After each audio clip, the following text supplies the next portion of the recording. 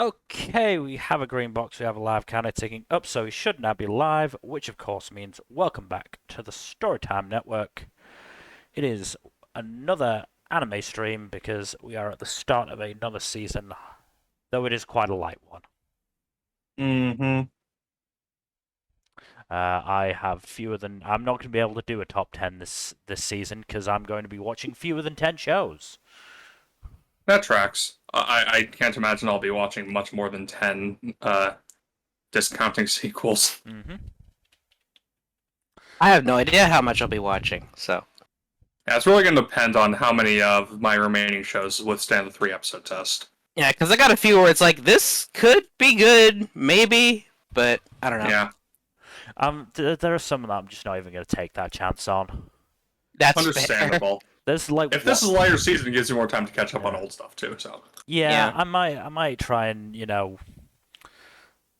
what I might do is depending on how I feel, I might add basically some old shows to the list and say, hey, this is going to be the portion of the stream where I discuss the old stuff I'm watching. Because why not? I'm not watching anything else. We'll see how we go for the 3+ episode check-in. Mm-hmm. But I still do have like 5 sequels and carryovers to watch as well. So collective, not 5 sequels and 5 carryovers. That would be insane. That'd be half your list. More than Yeah. half your list. Mm-hmm. I have plenty of options for best sequel though.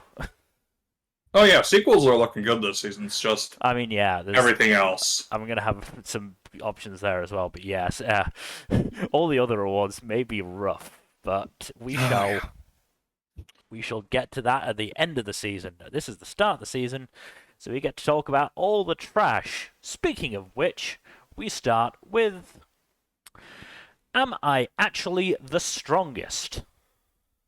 They spent an uncomfortable amount of time in the first episode talking about breast milk. How long is an uncomfortable amount of time? I'm curious. Like, kind of a few minutes. Like, it kept being brought up. I guess I'm more Alright. curious about what is an uncomfortable amount of time for. You know, talking now about that you breast milk. mention it, you know what? Maybe just any amount of time is just a bit uncomfortable. Yeah. Unless it has anything to do with like specifically maternity stuff, like yeah, Mm. any amount is uncomfortable amount. Well, And okay. even then, Okay, so this is the first isekai we'll talk about today. unfortunately, not the last. Yeah. So our my list is protagonist, so sparse. our protagonist was a hikikomori. He died. Didn't really clarify on how or why, but he was isekai'd into another world. Blah blah blah blah blah. Abandoned by his family because they thought that he was weak as shit. Turns out he's actually strong as fuck. He literally the only thing he can do is barrier magic, apparently, which he uses to do some actually pretty insane shit. Like he somehow like makes a barrier inside of his throat that like has him like transfer his thoughts. I don't know. What? It allows him to speak even as a little fucking baby, basically. Okay. That's so weird. How does Yeah. that even work? Yeah, shit like that is just like really weird. But yeah. And then he meets this like wolf thing. A flame Fenrir. Okay, a flame Fenrir. Fights her for a little bit, and she's like, "Wait, yo, I yield. Wait, are you actually the reincarnation of the demon lord?" He's not. And she's like, "I swear loyalty to you." Takes form of a waifu, and because he is a baby, offers to, nurse him, and yeah. So that's how the breast milk is brought up. But number, does everybody clap? No. Okay. So it's not that flagrant much for the moment. It's just like one step below that. Yeah. So the guy who is apparently his uncle learned about him being abandoned and shit, and he's like, "Oh, well, that's fucked up. I'll go I'll go rescue the child. Makes a deal with the fox lady, so that he'll take up the baby as long as she's allowed to serve him and shit, and then he joins their family, and that's pretty much the first episode. And Is that why there's a lady, fox lady with or wolf lady, whatever, in a maid uniform in the key visual? yes, exactly. That is the exact reason. Needless to say, I will not be watching more of this. It wasn't bad per se, but It was just boring. pretty boring, yeah. And I don't see this going anywhere particularly interesting. So, yeah. Oh, yeah. His family success that he suspects that he might actually be a demon lord, but even though he's not, but yeah. Hmm. So yeah, that's that. Yeah, garbage. Apparently, the manga version of it has the worst art this side of one. You know, I'll have to take a look at that then, like One because Punch Man that's and Mob Psycho webcomic author who has he's a very good storyteller. I will give him that. He is not of nice. course. His art is unfortunately incredibly awful. Yeah, it's Oh, very yeah. bad. It's very bad. I mean, I can't do any better, but it is Yeah. for a professionally produced, well, for a Mhm. for a series that got sold, it is bad. And at least for One Punch Man's manga adaptation, they got somebody in to do the art. They didn't for Mob Psycho. Reagan just looks weird. The fact that they translated it into what they did for the anime is He quite went from looking crazy. like a weird, a strange hobo man to Yeah. the Tumblr sexy man. Yeah. Yeah, gotta give it to them. They translated one's unique style very well. Mm-hmm. But yeah, so But moving on from this garbage show. Yeah, we should move on to, I believe it's To a another video kind of game crash. adaptation. It is Atelier Ryza, Ever Darkness, and the Secret Hideout, the animation. This show is so goddamn horny for her thighs. That's what I hear. Like, Jesus Christ. Every, few minutes, there is a gratuitous shot of Ryza's thighs. Understandable. Are her thighs to die for? I mean, probably, I don't know. I mean, how do they match up with? Oh God, I don't remember her name from Gridman. Rika? Rika. Rika. Yeah. Yeah. Considering like a genuine cult seemed to pop up about her thighs. Oh, yeah, no. See, with this one, it's like, this had a double-length premiere that was like, why? Oh, right, it was double length. I forgot about that. You poor Yeah, I was bastard. like, I'm glad I didn't have to sit through that. honestly, I think I'd honestly just be better off playing the video game. Yeah, I hear the game's good. And So, less Yeah, the horny game somehow. is, from all indications, a fun game, but like, why would I watch an anime adaptation of a game that I have access to Yeah. when I could just play the fucking game? Yeah. So yeah, Usually I dropped the this. game is better. Game adaptations are usually misses. Yeah, Yeah. usually trash. The animation is also kind of subpar on this one too. It's like I'd be getting a better experience playing the game, regardless. Yeah. Who's the studio So for this? I don't know. Do. I remember checking and it's like not studio I've heard Light of Films. before, but Okay. What's the studio? Leiden Films. They can be hit or miss, to be fair. Leiden Films has some good shows, but yeah. Like, Sometimes they have shows with good stories but terrible animation too. Mm. But they had Insomniacs last season, which was fucking great. Yeah. To be But fair, they also though, had The yeah. Heroes Already Dead. Yeah. Again, they're very hit or miss. Mm-hmm. yeah, they're very hit. Holy shit! Wow, they're all Yeah. over the place. What? They really are. Mhm.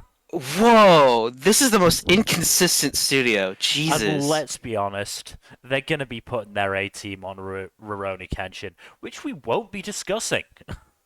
Yeah. Let's just point that fuck out the author. early. We're Fuck not the I discussing it. heard even that wasn't like that great, or at least in terms of an adaptation. Mm. So But yeah, no. Tell you, Ryza, just play the fucking game. Yeah, play the game. It goes on sale a lot as well, so you It know. was just on sale at the Steam Summer Sale, and they have like a sale every 3 months. Yeah, it's on everything. It goes on sale a lot. Check Yep. it out. Yeah. But moving on. Alright, we should move on to my first show, which is Ayaka, A Story of Bonds and Wounds. How was this one? It was alright, actually. Like, it wasn't anything spectacular, I would argue, but it was fun enough, I guess. I mean, perfect start, frankly, of killing Kenjiro Suda's character off in the first, like, 5 minutes. No, bad show, bad show. Fucking murdered him instantly. I was happy. Real fucking happy about that. That's a crime. That's illegal. How fucking dare? Like, basically what happens is Kenjiro Suda's character dies taking on a volcano, which probably had some sort of spirit in it, because this is a world with spirits. And his son, who was sent to, because they're living on like a series of islands. I think, yeah, just a series of islands. But his son was sent to the mainland for some reason. And then when he graduates middle school, I'm fairly sure he basically gets told to come back. And he's picked up by Shinji, who is a complete mess of a person. A funny mess of a person, to be fair. But he does kind of kidnap him and then throw him in a river to prove Yukito has water powers. So, curiosity. Are we talking like a goofy mess, a hot mess, or just a fun mess, or a terrible mess? It's not a depressing mess, but he's, as I said, he's the one to pick up Yukito from his middle school graduation, and there is a lot of beer cans around him when he does. Yep. See, when you said Jinji, I thought you said Shinji, and then you said he was a mess. So it's no, so Shinji from Eva. Jinji, Jinji. Yeah, I see that now. I mean, again, funny moment, but kind of mean. Yukito tries to tell his tragic backstory in terms of his water powers. Jinji is too busy playing a video game to listen. Oh my god. And is surprised when Yukito storms out, pissed off. Damn. Sounds about right. But Yukito is sort of like very reserved because he's trying to hold himself back from getting attached to these people because he doesn't want to hurt them with his uncontrollable water powers. But understandable. Jinji does seem to get it through his head by the end of the episode that, hey, you're with people who can, stop you if your powers go wild. So, let yourself feel a little bit more. Yukito does puts that into practice by drop kicking Jinji into the river. Nice. Yeah. I don't think this is going to be anything spectacular, but in a season like this is at the very least worth 3 episodes, I'd say. Yeah. Fair. We'll see what you say at the 3-episode check-in, and if you say it's good, I'll check it out, because I was a bit curious about it. No, as said, certainly of the premieres that I watched, which to be fair wasn't a huge amount, I did get some enjoyment out of it. As I said, I found the characters entertaining, even if the story, we'll see what happens with the story at the very least. But I think we can move on to our first sequel this season, which is Bleach: 1,000-Year Blood War: The Separation. You having fun with Bleach? Helmed by Uak. Yeah, yes, of course. Uryu, of course, swapped over, changed sides because He's a course shonen rival. Of course, he changed sides. Yeah, of course. Yeah, exactly. Of course. All Yeah, shonen rivals either start off evil or become evil at some point. yeah, definitely Hey, doesn't plan on, doesn't have any ulterior motive for this, of course. Why would he do that? Oh, of course, of course, of course. Yeah, of course. Um, let's see. The captains try to figure out ways to fight without their Bankai. Of course, the Stern Ritters, they attack again because, They're incorrigible little rascals, aren't they? yeah. Very, very, very, very fun. I I remember there's the fucking meeting where Locke announces Uryu as his successor, and I forget her name. Starts with a B. One of the Stern Ritters is like Bambi, I upset. think. Bambi, Yeah. that's what it was. Yeah. She's upset about it, so she talks to one of the guys. She's like, "Hey, come to my room later." And then the scene cuts, and then he's literally cut in half. She cut him in half. She likes killing hot dudes to relieve stress. So I mean, she's got something in common with Araki then. that's Do that to it's me. pretty. Why would anybody do that? Yeah, so there's a bit of friction with the Stern Ritters among Uryu being the successor here. Shocker. Yeah. Yeah, the attack happens. Ichigo's finishing up his training, and the captains are starting to get schooled again. So Fun times. yeah, it's fun. Also, the opening, visually, it's amazing. So, music-wise, I'm not huge on it, but matter of opinion. It's a matter of opinion, I suppose. Yeah, I like the opening a lot because it's like it's pretty much entirely just all the different characters, just in different outfits, just chilling, just going about their daily lives and shit. It's cool, It's neat. and a whole bunch of references to the manga and stuff like that. So really cool visually. That's nice. Yeah, I'm really curious about where things will go from here because this is the part of this arc where we'll start seeing changes made in the anime because we've already have a confirmed few. There's an extra line that said something about Uryu's grandpa's diary or something like that, which likely ties into the lore of the Quincy's. And then we also know that at some point we're going to be seeing Shinji's Bankai, which was not in the original manga. That was I've heard Shinji's Bankai is pretty nutty. Yeah, I have no idea what it is because I didn't read the novel where it was in, so I'm interested to see that. But this is basically where the arc has its main chances to fix some of its biggest flaws.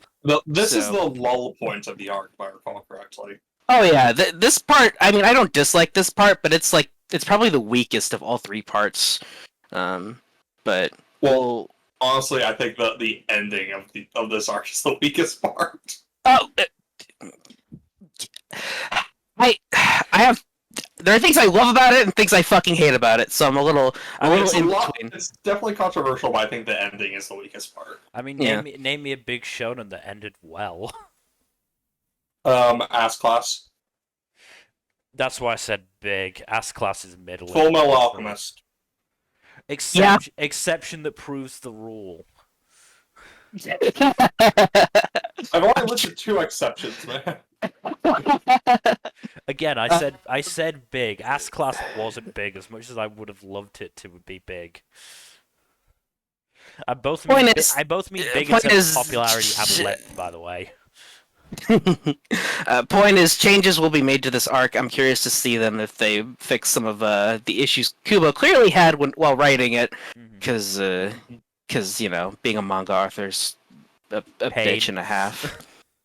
Yeah, but yeah, good fun. Alright. All right, we can move on to our next show, which I can't remember if it is or not, but I'm just going to assume it's an isekai. Classroom for Heroes is not an It's isekai. not, weirdly it enough. not? I thought Okay. it would have been, but it's not. Fair enough. We move on to our next show, which is a fantasy, which is Classroom for Heroes. It's a magic school show, which is how you know it's going to be completely non-trashy whatsoever. You can tell from the key visual that's definitely not trashy at all. We Yeah. get like one good magical school show like every 2 years, Yeah. and that slot has already been taken up this season. Yeah, exactly. Yeah. One of them is this season, but it's not this one. That being said, I did enjoy the premiere of this more than I expected. Same. Yeah.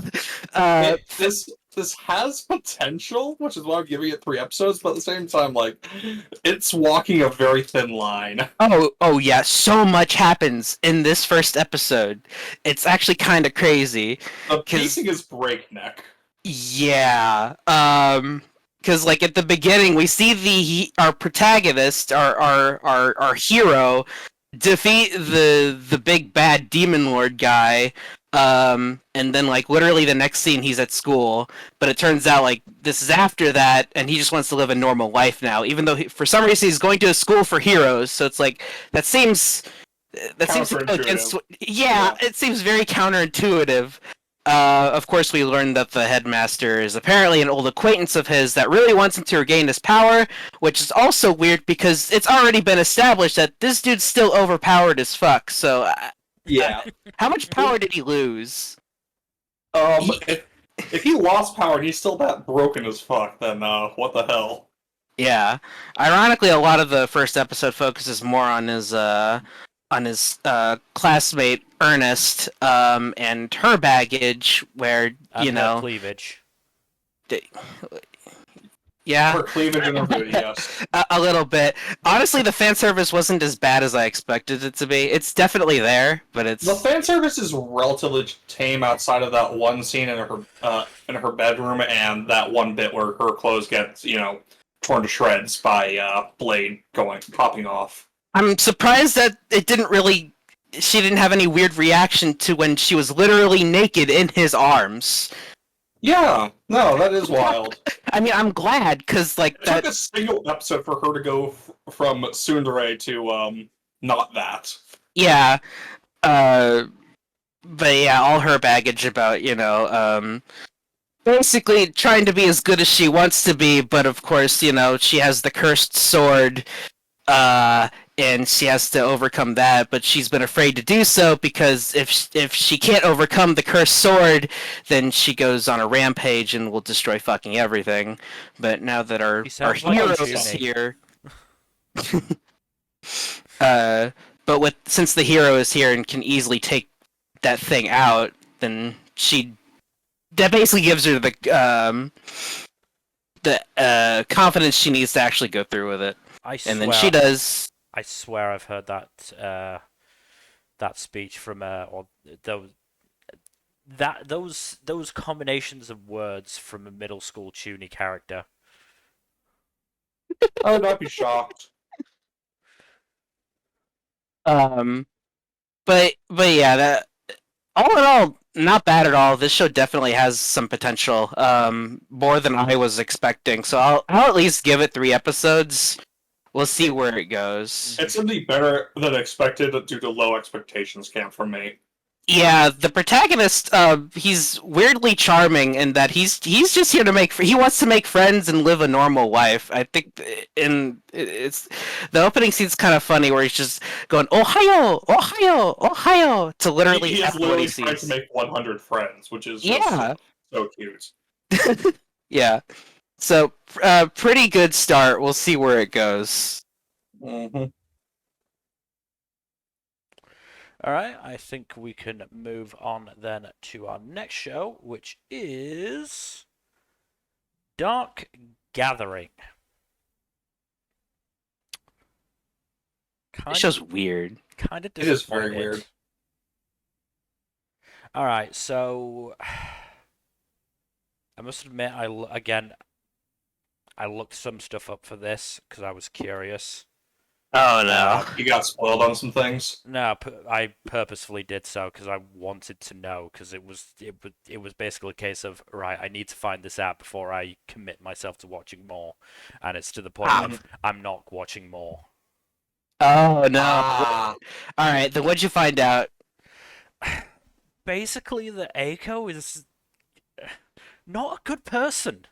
that The tracks. implication not a is good made in the person. first episode, but we don't really know for sure. Yeah, that's sort of what prompted me. She was acting very sussy. Yeah. Yeah. But yeah.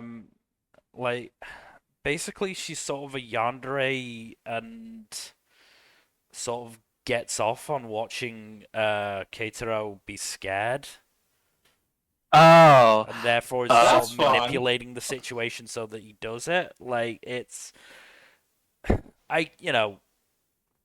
from what I read, she does genuinely care for him, but she is still manipulating him without his consent, and it's like no. Mm. Because I mean, it'd be line one at thing the- if he was also into it, but Yes, and that's the thing. But from everything I've read, that's not true. That's just her excuse. Mm. eh, And maybe I'm getting the wrong idea, and but I don't know. It just really set me off, and I just Nah, I get it. I get it. I can't fault you for that. I mean, on the one hand, I can kind of see why they might do that, since this is supposed to be a horror series. So I might give it another couple episodes, see if it, executes that well enough for me to not hate it. But at the same time, I'm not really enthusiastic about it. Yeah, me neither. I'll give it a shot just because it's weird enough, and we don't really get a lot of decent horror stuff. This is better than a lot of the stuff I've seen recently. Oh yeah, no, impeccable vibes, at the very least. yeah. Oh yeah. The fucking screaming phone. Ooh. Oh, dude, they even did some cool stuff with the subtitles. Oh, that, yeah. that was cool. I will give High Dive props for that. Yeah. Yeah. Also, I do find it funny that Japan does drop so much horror stuff in the summer. Apparently, it's because they think since horror gives you chills, that'll help you deal with the summer heat a little bit. Okay. Which that's not just the worst, not the worst thought on that, but yeah. I mean that's backwards logic, but it is the kind of backwards logic I can get behind. Yeah. I think the other thing that sort of put me off is, and to be fair, it's a lot worse than the manga because I did actually read the first chapter of the manga that this episode adapts. But the way Yayoi acts with Keitaro is weird.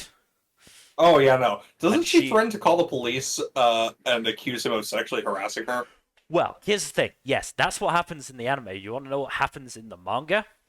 Oh no. She does that, and then once Keitaro basically agrees to get out of being labeled a pedo, she then says, "Oh, by the way, they're red." What the fuck? She is like 7. What? What the fuck? Kudos to the adaptation for cutting that out. Yeah, they could Yeah. add little bits and pieces that some of which I am very glad they cut out. Because Yeesh. she is an elementary school student. What's she, like, 3rd grade? She can't be older than 9. Mm-hmm. That's just fucked up. Yeah. Like, I get that traumatized children act weird, but Jesus Christ. That's a whole different kind of weird. It is. Mm-hmm. And hey, I wanted to like this show. Like, I really like Yayui's design more than anything else. It is a neat design. Mm-hmm. But yeah, there's just too much in this show that's putting me off. I gotcha. I get it. Like I said, I'm gonna give this 3 episodes, see what's if it sticks with me, and if it doesn't really keep me hooked, then I'm just going to. Yeah, Okay. I'll do the same because there's stuff here that I do like, but We'll see. So just to give you an example of what I was talking about with Eiko, she apparently has GPS tracking on Keitaro, so she always knows her What? What the fuck? Yeah. Okay, what the fuck, dude? Oh Yeah. my god. So yeah, I just can't get past that one. I get it. I get it. Yeah. That's some yikes ass shit. hmm I don't. You think that anime is going to excise that too? I don't know. I don't know how far in this is revealed. Possibly. Jesus Christ. I might read the other 2 chapters that are up on Viz just to see what happens. Mm. See if I do have the wrong idea, because I'd rather read manga than watch an anime, especially That's on High fair. Dive. Understandable. Yeah. I mean, that's the plus side. If I'm not watching this, it means I can get rid of my High Dive subscription because I'm not watching anything else on High Dive. Oh, so you, 3 less months of you having to deal with that. Yep. Depending on what they license. Speaking of High Dive shows that I'm not watching, though, we should move on to The Dreaming Boy is a Realist. This show is Isn't this the dumb. one that people said that it seemed like it had the scripts written by AI? Yes, it is. Yes, it is. Ouch. Oh, this one. Okay. Yeah, and like this is not just A&N reviews harping on a common theme. I'm fairly sure the fucking anime feminist one said that as well. Mm-hmm. Like legitimately, the dialogue was so stilted and so boring. Apparently, the translation was like really janky. Yeah. How bad the original dialogue was. Yeah, I don't know whether that was the case. I mean, obviously, as I said, it's a High Dive show. High Dive has had some issues with translation in the past, but maybe it isn't. I don't know. But it just was boring. Like, main character just like waxed lyrical for the first few minutes about why he likes about asking this girl out constantly, as if that didn't make him a creep. And then suddenly he decides to, hey, I'm going to leave him alone, and everyone gets on his case about it. Everyone. That's so fucking weird. Yeah.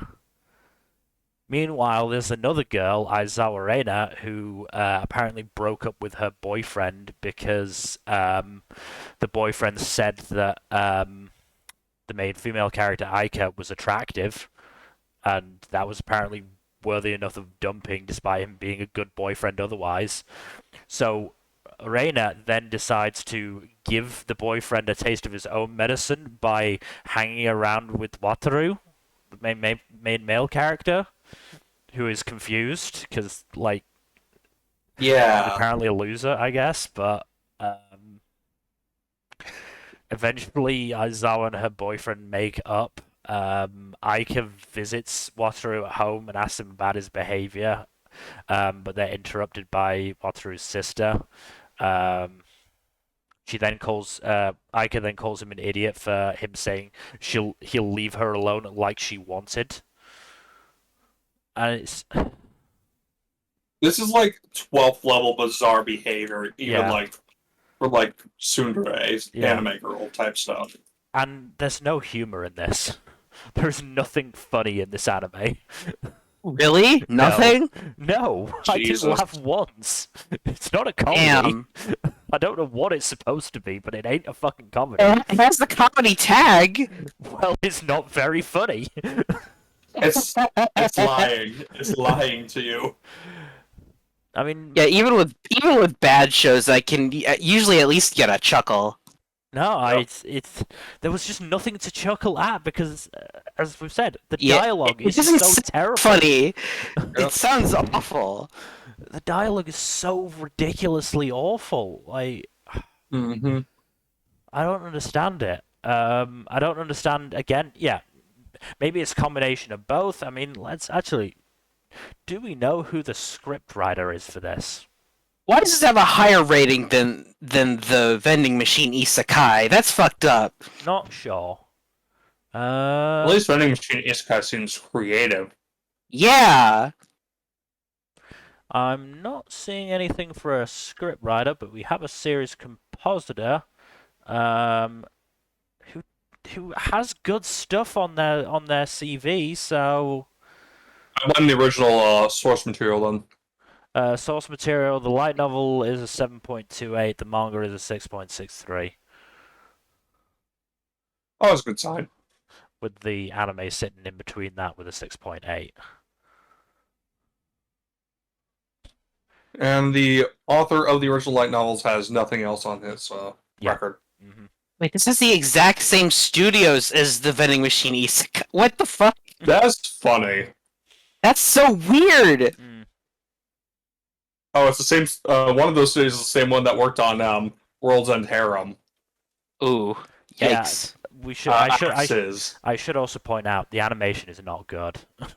That's what I heard. I heard the animation's bad. It's World's End Harem very and stiff. Ulysses as well, which was also awful. Mm-hmm. No, very, very, very stiff and not very, very emotive. The other studio worked on a couple good projects, like Phantom of the Idol, Okay. and I think one of the Yuki Yuna projects. But they also did Seton Academy and, once again, World's End Harem. Mm. So So yeah, a bit all over the place. Very mixed bag. Yeah. I'm just gonna echo the last sentence of the AniFem review. There are better animes about dreaming boys. Go watch Outburst Dreamer Boys. It's fucking great. Hell, That's- Rats. Then there's, of course, but this The seems like Rats it's aping Bunny Girl Senpai. Yeah. Yeah, and Bunny Girl Senpai. And if you want an anime from the series compositor slash, I think, screenwriter as well, maybe she was screenwriter as well.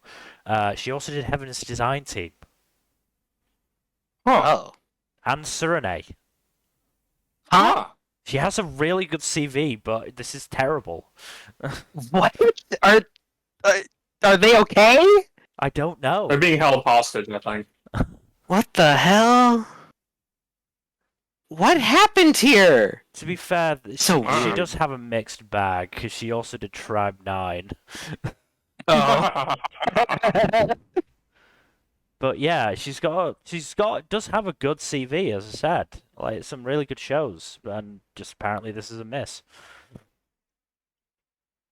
Hmm.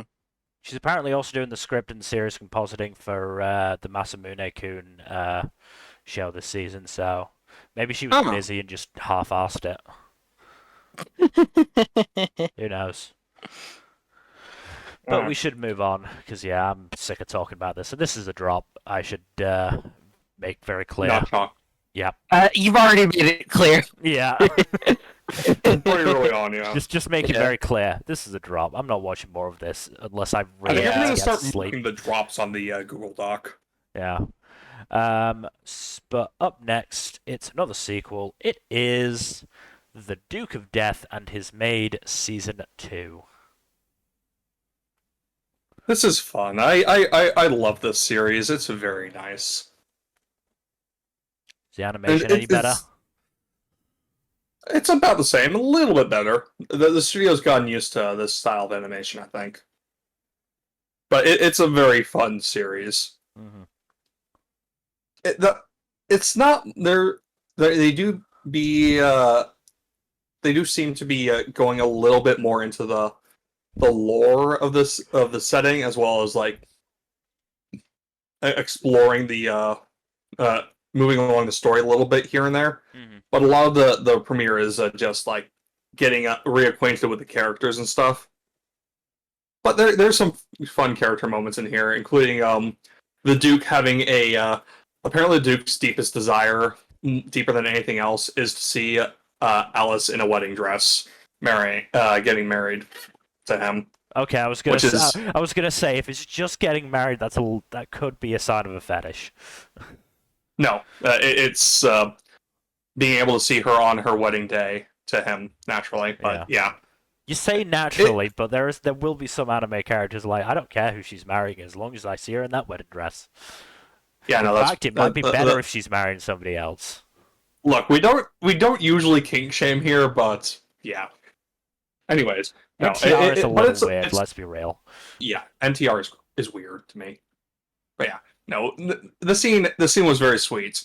He didn't actually realize that was his deepest desire because he was basically given a gift by one of the mages in the show, and he got to see both he and Alice were looking at some of the surface level stuff, and she took a look at the deepest desire and was like, "Oh, I am very flattered by this, but let's just close the door on this, so this doesn't so as to keep this as private as possible. I'll just pretend I didn't see that. You absolute sweetheart," type thing. I mean, in other shows, it could be a very different, okay, we're going to leave that alone reaction. Yeah, no, but no, the scene was very sweet. And honestly, the relationship between the two is very nice. Because it's very clear that both of them absolutely are head over heels for each other. The one thing keeping them from getting together is the Duke's curse. Mm. Which is, kind of the premise of the series. Yeah. Yeah, no, this is good. If you like season 1, you'll definitely like this. And I would definitely recommend it to anyone who enjoys anything of the teasing romance genre. Mm. If you can get past the CGI, you'll enjoy this. Basically. Fair enough. Mm. Alright, then I think we can move on to our next show. I'm just going to move on to it. It is The Gene of AI. Number I see. Oh no! AI, kill it with fire! Number I see you also watched this. Did you also think it was weird that after all that fucking fuss about the mum not wanting to have her personality erased, as soon as she died in inverted commas, the backup was immediately used? Yeah. What the fuck? Yeah. I don't know. I mean, I don't know, man. It's weird. They probably shouldn't have done that, but at the same time, I get it. If I was in their position, I can't say I wouldn't have done the same thing, but Yeah. I also feel like it would have hit a lot harder if the gap wasn't 4 weeks. Oh yeah, that's the weird thing. It's like, okay, look, I understand your frustration here. I really do, but it's only a few weeks. It's really the big emotional thing at the end of the episode was the daughter you didn't make my scrambled eggs like you did last week. And it's just there are so many worse things you could have done with this premise. It could have been a year ago and lost some treasured memories. Instead, you're crying over fucking whipped cream in your eggs. Okay, see, that scene could have hit a lot harder if it was a longer gap of time and there was something else there. But it's like I see what you're going for. I see it, but that didn't hit like you probably wanted it to. No. I also have to admit the main character is not that engrossing. Let's be real. I don't really care about I don't know. Hikaru. I don't really know what to make of him just yet. I want to learn more about him before I decide on that too much. Is this one of those 3-episode verdict ones? Yeah, I think I'm gonna give it 3 so, because there's a lot of really cool ideas here. I just need to see how it executes on more of them. There are definitely some interesting ideas here, and it's doing the whole futuristic tech thing a little better than some shows. I mean, let's say better than Yurei Deco. Absolutely. But there are little things like that.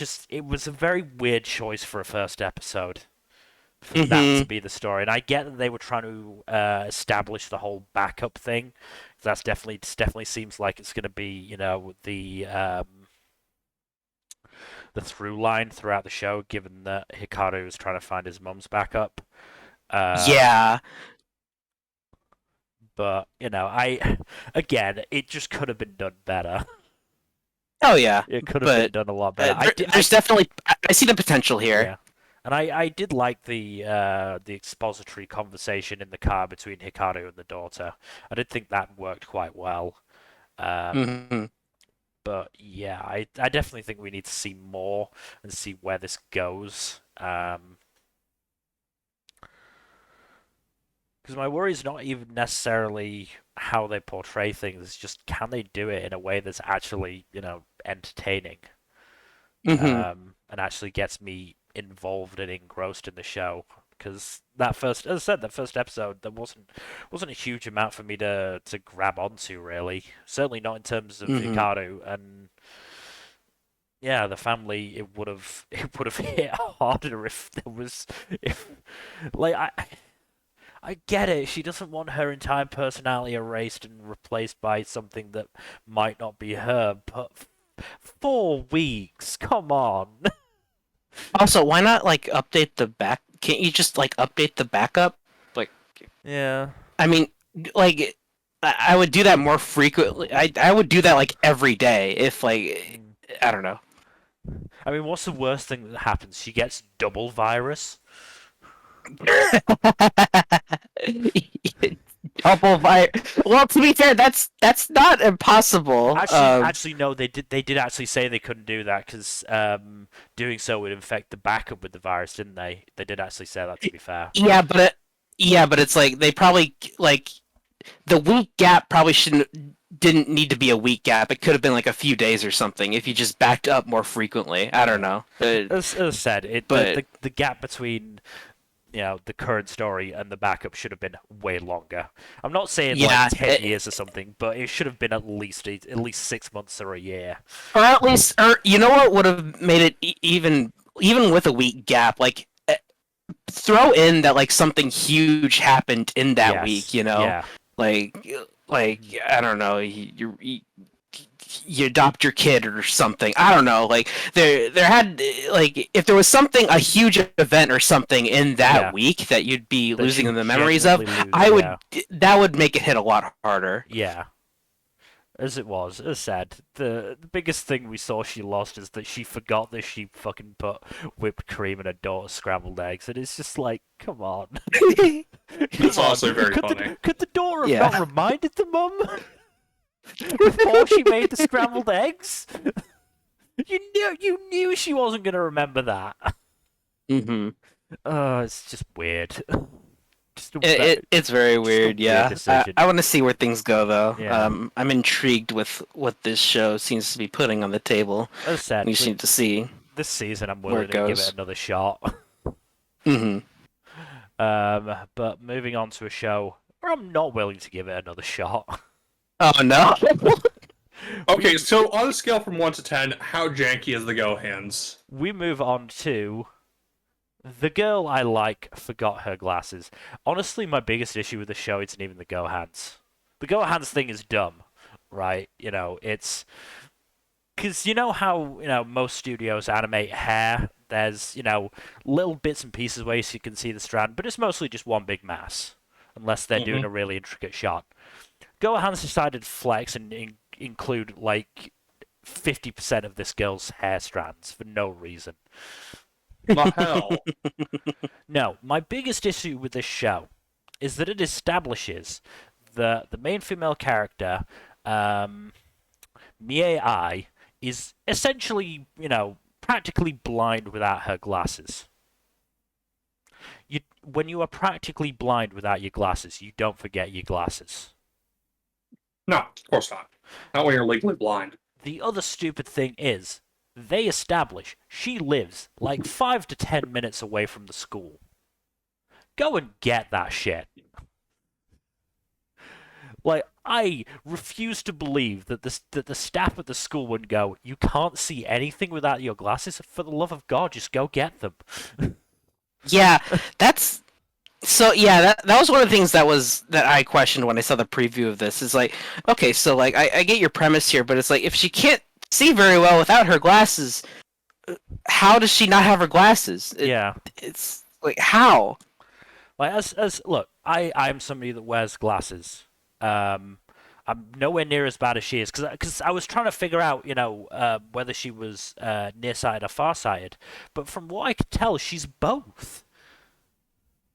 She legitimately always needs glasses, and it's just like, no, you don't forget glasses in that situation.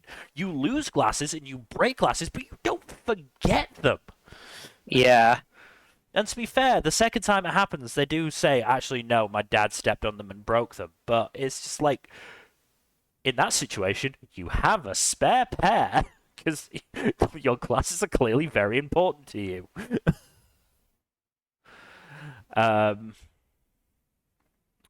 There was a little bit of a funny moment where she tried to find her shoe cubby.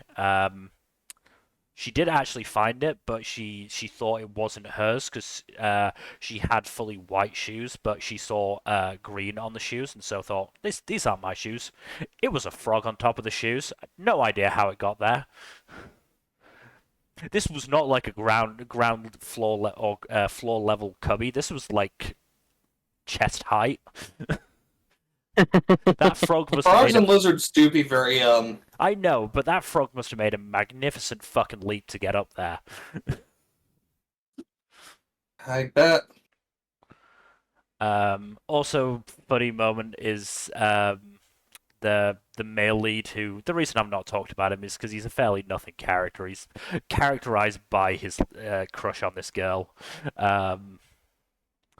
He hopes that she forgets her glasses again, so that he can help her and be near to her. She does again the next day, and he takes that as a sign that he affected things and decides to protect her during dodgeball to make up for it.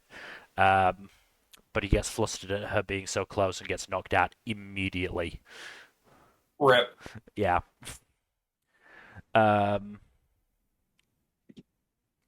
Yeah, and apparently she then tries out contacts, and I'm willing to bet she won't stick with it in the next episode. Not that I'm watching the next episode, but she won't stick with it. Because again, the whole premise of the show is that she can't see, and fucking Komura has to cover for her. But yeah, it's a dumb premise. It's a very dumb premise, and it's made dumber by fucking Gohan's trying to flex everywhere. Yep. Because as we will talk about for the other Gohan show this season, this one also started with a good 3 minutes of just them trying to flex on their animation ability and it looking fucking shit. Cinematography is Gohan. It's cinema. You don't understand. They're look. Gohan's is setting the standard. Gohan's is the epitome of the line, they were so preoccupied with whether they could, they didn't stop to think whether they should. Yep. It is amazing how often that line can be used, but it is perfect when describing Gohan's. They are so concentrated on, can we do this, rather than, should we do this?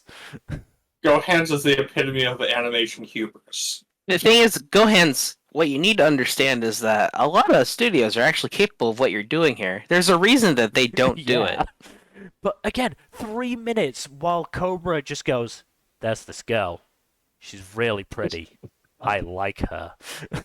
Literally. That's basically all he says. He repeats, there's this girl. There's this girl. She's very pretty. She's very pretty. I like her. I like her. Genuinely. 3 minutes. 3 fucking minutes of just that and Gohan's animation. Oh my god. Like, it's just genuinely insane. Genuinely insane that they decided this is how they're gonna start off the fucking show.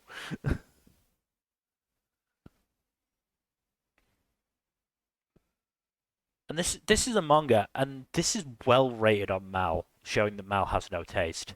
No, I think the thing with the Mal rating is that people like fluffy shit, even if it doesn't make any goddamn sense. I know, but look, I can enjoy shows that don't make much sense as long as the show itself makes me forget that it makes no sense. Big example of that, Tonikawa. Tonikawa shouldn't work. It is fucking And yet insane. somehow- It is insane that this kid got saved from being truck-cooned, immediately said, "Yeah, I'll marry you." Then 2 years later, she shows him and says, "Let's get married." That is insane. But Tonikawa somehow makes it work. Mm-hmm. This did not manage to pull it off. Rip. Yep. So yeah, another drop. Moving on to this one has to be an isekai, right? Great Cleric is in fact an isekai, yes. Moving on to our next isekai, the Great Cleric. How great is this cleric? Not very, from what I've heard. Pretty mediocre, at least to start. He just he spends like a few days just concentrating to power up his skills. It's like going Super Saiyan except 1,000 times more boring. Damn. And a lot less actual screaming. Damn. I've also heard bad things about what happens in the future. Oh no. I think I've told you, Jack, but I'll say it again. I don't think so. Please tell me. Apparently, there's a lot of explicit anti-slavery comment at first, and then after a while, they go full into the whole Monday Sky Hero starts enslaving people. But don't worry, there are definitely extenuating circumstances. God damn it. Yep, I was thinking of giving this show like another couple episodes, maybe, possibly, but no. That's a deal breaker. That is a deal breaker. And the weirdest thing was, this seemed like a dull and boring, and mostly boring, but ultimately a pretty harmless show. Like, the protagonist even seems like a decent dude, and he's like all crushing on the hot lady knight who's helping him out, and like, good on him and all that. But like, what is with isekai and slavery? What the fuck? So, according to a comment, it's mostly of criminals, with a couple of members of an enemy military that decide to stay in slavery so that they don't get brought back, I guess. But yeah, it's still dumb. It's not really a good excuse. No, it's really not. At the very least, there apparently isn't any romance between the main character and the slaves he has, so... Plus, I guess. It's a very low bar, but you know. Yeah, I was gonna say that was like the lowest bar. And yet there are still some series that limbo dance under that fucker.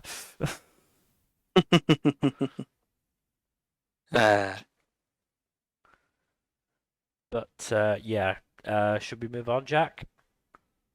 Yeah, let's just move on. Moving on then to our next show, which is Helck. This one is promising. This one's really promising. I do like that a lot. Like, there's this undercurrent of uncertainty and mystery around the main character. Like, what is his deal? What is he doing? Why is he being being hunted for the murder of his brother? And how did he get such a chiseled jawline? I'm pretty sure he got good genetics, but maybe it's something extra special. I don't know. Also, why the fuck did he kill his brother? Did he kill his brother, or was Yeah. he framed? Did he do Also, it for the why does chiseled he want jawline? humanity to? Why does he want humanity to die? Yeah, why does he despise humans so much? I mean... I can guess, but I mean, I was gonna say, like, he's honestly kind of based for that, but Look, I don't want the entirety of humanity to die. If a certain portion of humanity was to die, I wouldn't cry any tears. I do like I'm a not lot going of to actively search it out, but I'm not going to complain about it. I do like a lot of the humor between the holders of this tournament and trying to find a way to get Helck, to either lose or get disqualified or whatever. Her shenanigans to try to get him to lose, only for Helck to just dodge those, is just so funny. Also, humanity's also just kind of missing, apparently. Well, or at least large human settlements are. Yeah. So what's the deal with that? And what's the deal with those weird angel things that just show up at the end of the episode? And what's the Yeah, deal with- I what's mean, the deal I with do have a Airbolting? theory, but I have a theory as well. A Yeah. game theory. No, I'm Okay, just okay. kidding. No, it's an Yeah. anime theory. Yeah. No, but this is very good. It Yeah, has Helck- a nice combination of comedy, action, and intrigue to it.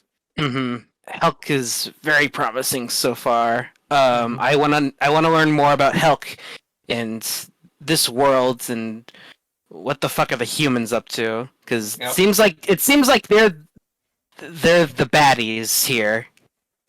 Hans, are we the baddies? That's what I was hoping you would go for. It's hard not to. It's an old meme, but it checks out. Yeah. Hey, I've watched the show the meme came from. Oh, neat. Mitchell and Weblook was pretty good. Yeah, no, Helck is a fun show. Yeah. It will be interesting to see what they do. What happens going forward here? Mm. All right, can we move on then? Yeah. We move on then to Horimiya, The Missing Pieces. I've missed Horimiya. This has been very fun. It was really I haven't nice watched to today's get back episode to- yet, but the two I have watched have been very fun. I really enjoyed the premiere. It was nice. Yeah. It was just very funny. Why? Them say like them trying to get him out of it by saying that that he's having his period. And the fact that Miyamura just sticks with it for his go-to excuse. Yep. Like, fucking Kenjiro It Suda gets brought teacher back is... in episode 2 as well. Oh god, Kenjiro Suda teacher is a dumbass, but he's not gonna believe that. Oh, do we actually see more of Kenjiro Suda teacher? Yeah, he's still a bit of an asshole. Because he was hardly in the original show. No, he's still a creep. Mhm. Yep. Oh god, and fucking Miyamura wearing the sailor uniform. Yeah, that was funny. That I wanted in the show. That's the kind of weird kinky thing I can get behind. Mm-hmm. Honestly, Horimiya is one of the few romances I've seen that actually has delved, at least in anime, that has actually delved into kink in any way. Yeah. Unfortunately, it just didn't do it very well because it rushed it so much. Yeah. Apparently, they skipped over like almost half the manga, Yeah. which is what this is for. Yeah. But yeah, it's fun little, fairly nothing scenes in between the Maid manga story. Mm-hmm. It's kind of like an anthology type thing, though there is some continuity between the bits. Yeah.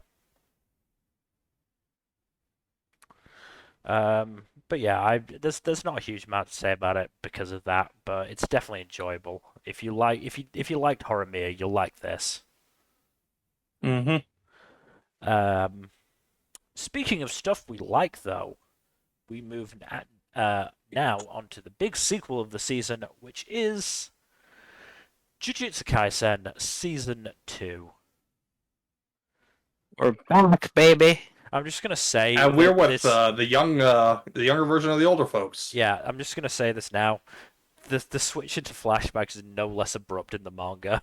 They just do it. Oh, yeah, they just fucking do it. It just happens. Yep. What chapter you're reading about fucking Nobara, Megami, and Yuji, and then suddenly you're fucking like 10 years into the past. Yep. This season's going to be a weird one because I think it's 4 episodes of hidden inventory, and then they jump back to the present after like a few weeks off on hiatus. Yeah. Mm-hmm. And then we're in Shibuya. Mhm. Oh boy. Shibuya. Oh, Shibuya. Anime onlys aren't ready. No. They are not. But this episode was good. The premiere episode was good. They definitely fleshed They it added out a bit. lot. They did add a lot, Yeah. yeah. But I just... I love the bit with the Utahime and Neme. That was so fun. Oh yeah. I mean, what I loved was just that, fucking Gojo and Geto are teasing Utsuhime, and then Meimei's just like, so, which one of you put up the veil? And they're just like, ooh. And then it cuts to fucking Ooh. Yaga, like, going, alright, which one of you didn't put up the veil? And Gojo's like, Sensei, I don't think we should be pointing fingers, while Ieri and Geto are pointing fingers right at him. I do like the scene where, so like in the manga, the scene where Geto and Gojo are just talking about everything. They're just sitting in the classroom in the manga. Yeah. In the anime, they're shooting hoops. They're playing Yeah. basketball. Mhm. Yeah. I love it. Yeah. They did not need to go this hard, but they did. Exactly. They went that hard for no reason at all, and it's great. And as you said, they changed a couple of things because when Geto was lecturing Gojo about his attitude in the manga, they're both outside the apartment building. In the anime, Geto was in the apartment building. But yeah, and now we've met Daddy Fushiguro. Mm-hmm. And he's voiced by Dio. Yeah, Of course he is. yeah. It's not exactly a shock, is it? No. It's not. But yeah, I've already seen people going feral online about him. People going feral about him from the minute he showed up in the manga. Oh yeah, Yeah. no. Jack, you don't run in the same circles that I do online. I have seen things. No, I don't, but I have seen some shit. There's so much smut. So much If smut. you think you've Yeah. seen a lot of smut, think about how much I've seen. Oh, you've probably seen like 10 times as much as I have. Yeah. Look, can you blame them? No, I can't. He is a very well-built man who is also a classic example of what happens when the author is like, how do I design a man who's supposed to be both attractive and a father?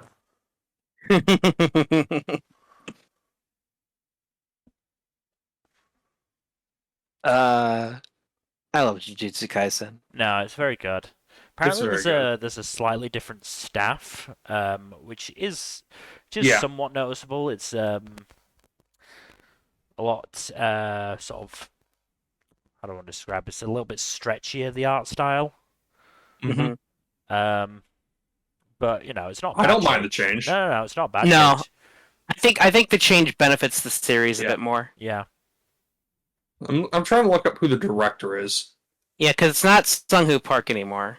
Oh, Shota Goshizono, who Yeah. did Chainsaw Man, Ranking of Kings, Mob Psycho 100 Season 2, or at least some key animation. Oh, I think this is his first, like, straight-up directorial slot. But he's done a lot of cool. storyboards and episode director things before this. Cool. Yeah, I think I remember hearing that now that you mention that. Oh, okay. So he did storyboards and episode direction for episodes 7 and 21 for Ranking of Kings. I think 21 is the one with Baji versus Boss. Ooh. Yeah, episode 8 of Chainsaw Man. Episode 4 of Mob Psycho 100 Season 2. They're also on JJK Season 1, weren't they? I don't think he was. No, he wasn't. Hmm. He was on Fate Apocrypha, though. Episode 23, which was another one that popped off. Episodes 10 and 19 of Babylonia, which were also pop-off episodes. So yeah, he has a lot of experience with action direction. Also did episode 13 of Black Clover and Episode 35 as well. 35 being the climax to Oh no, I'm checking now. the They're flip on fight. JJK Season 1.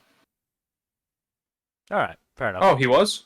Yeah, storyboards for episode 17, episode director for 8 Oh, and right. 17, Right, I and missed key that. animation for a handful of episodes. Yeah. Yeah, it's right at the top, so I could see why you would have missed it. Yeah, Yeah, it's right between Ranking of Kings and Fate Grand Order. he did So, key yeah. animation for Eramonga Sensei. Look, everyone's got to start somewhere, okay? Yep. It's quite high up. Well, no, that's an OVA. He still did it. True. Look, I know, look. He needed work, okay?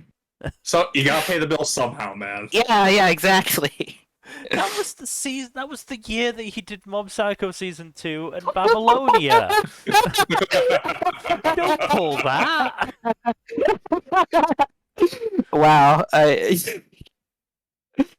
that's just funny. The That's OVA hilarious. came out in the same season as Mob Psycho. Look, Mill, we all know that animators are horribly underpaid. Yes, we do. We're going to get onto that one. Oh boy. But yes, I think we should move on at this point. Jujutsu Kaisen, still very good. Yeah, Mhm. we'll have plenty of time to gush about it. Yeah. We will instead move on to Level 1 Demon Lord and the One Room Hero. How is this one number? I'll be real, I'm not too sure what to make of it so far, because there were things that I really liked in episode 1 and things that I didn't like. So, things that I did like, the overall premise is pretty fun. Basically, it starts off with this huge flashback, the hero and his party taking out the Demon Lord, yada yada yada. Demon Lord swears revenge. It's like 10 years. The Demon Lord is now in the form of, and he's like, all right, you're gonna go find the hero and see what he's up to before I start my revenge scheme. And the hero is pretty much a hikikomori, and pretty much down on his luck. What we apparently find out is that shortly after defeating the Demon Lord, he said some things publicly that weren't really bad, but were so cheesy that people wanted to basically do whatever they could to, bring him down a few notches, and a few scandals, some of which he was vaguely involved in, some of which he wasn't. Yeah, basically he fell off because of all of that, and has no motivation to do anything now. So the Demon Lord decides, hey, I'll help you out here, because I also want to learn more about human civilization in the present day. So they shack up, and that's the premise. Something that so it's really weird. So, like, as you can see in the key art here, the secretary on the left there, I don't know why she wears a swimsuit all the time. I was gonna But- ask about that. Yeah, the show definitely takes advantage of that with the fan service, and it's So really the weird. camera's constantly crammed up her ass, isn't it? Mm-hmm. Yeah, a little bit. She's not in the first episode very much, but I'm assuming she'll be in the show a lot more from here on out, so I don't know how bad that will be. One question, Nmbr. I'm sorry? One question. Did the hero have a gamer moment and say the N-word? No. No. Some of the scandals he was involved in was something about him being involved in an affair. He says he didn't know that she was married. It's very much implied that is actually the case. Apparently, he was in. There was something about him having a secret love child. That one's never clarified, but it's most likely not true. Again, it's implied that all the scandals that he was involved in, he wasn't actually involved in, or if it was, they were just blown out of proportion. So, yeah, he just got a raw deal, it seems like. Also, there's some other weird stuff. The Demon Lord finds, let's just say, an item that that a man might use to pleasure himself with, and I'll just leave it at that. Oh boy. And the Demon Lord's like, "Oh, what's this?" And the hero's like, "Whoa, don't touch that, no." Front or back? So yeah. So yeah, there's Front or there's back a end bit of of a. I'm sorry. Front or back end? Front. All right, just wanted to know that.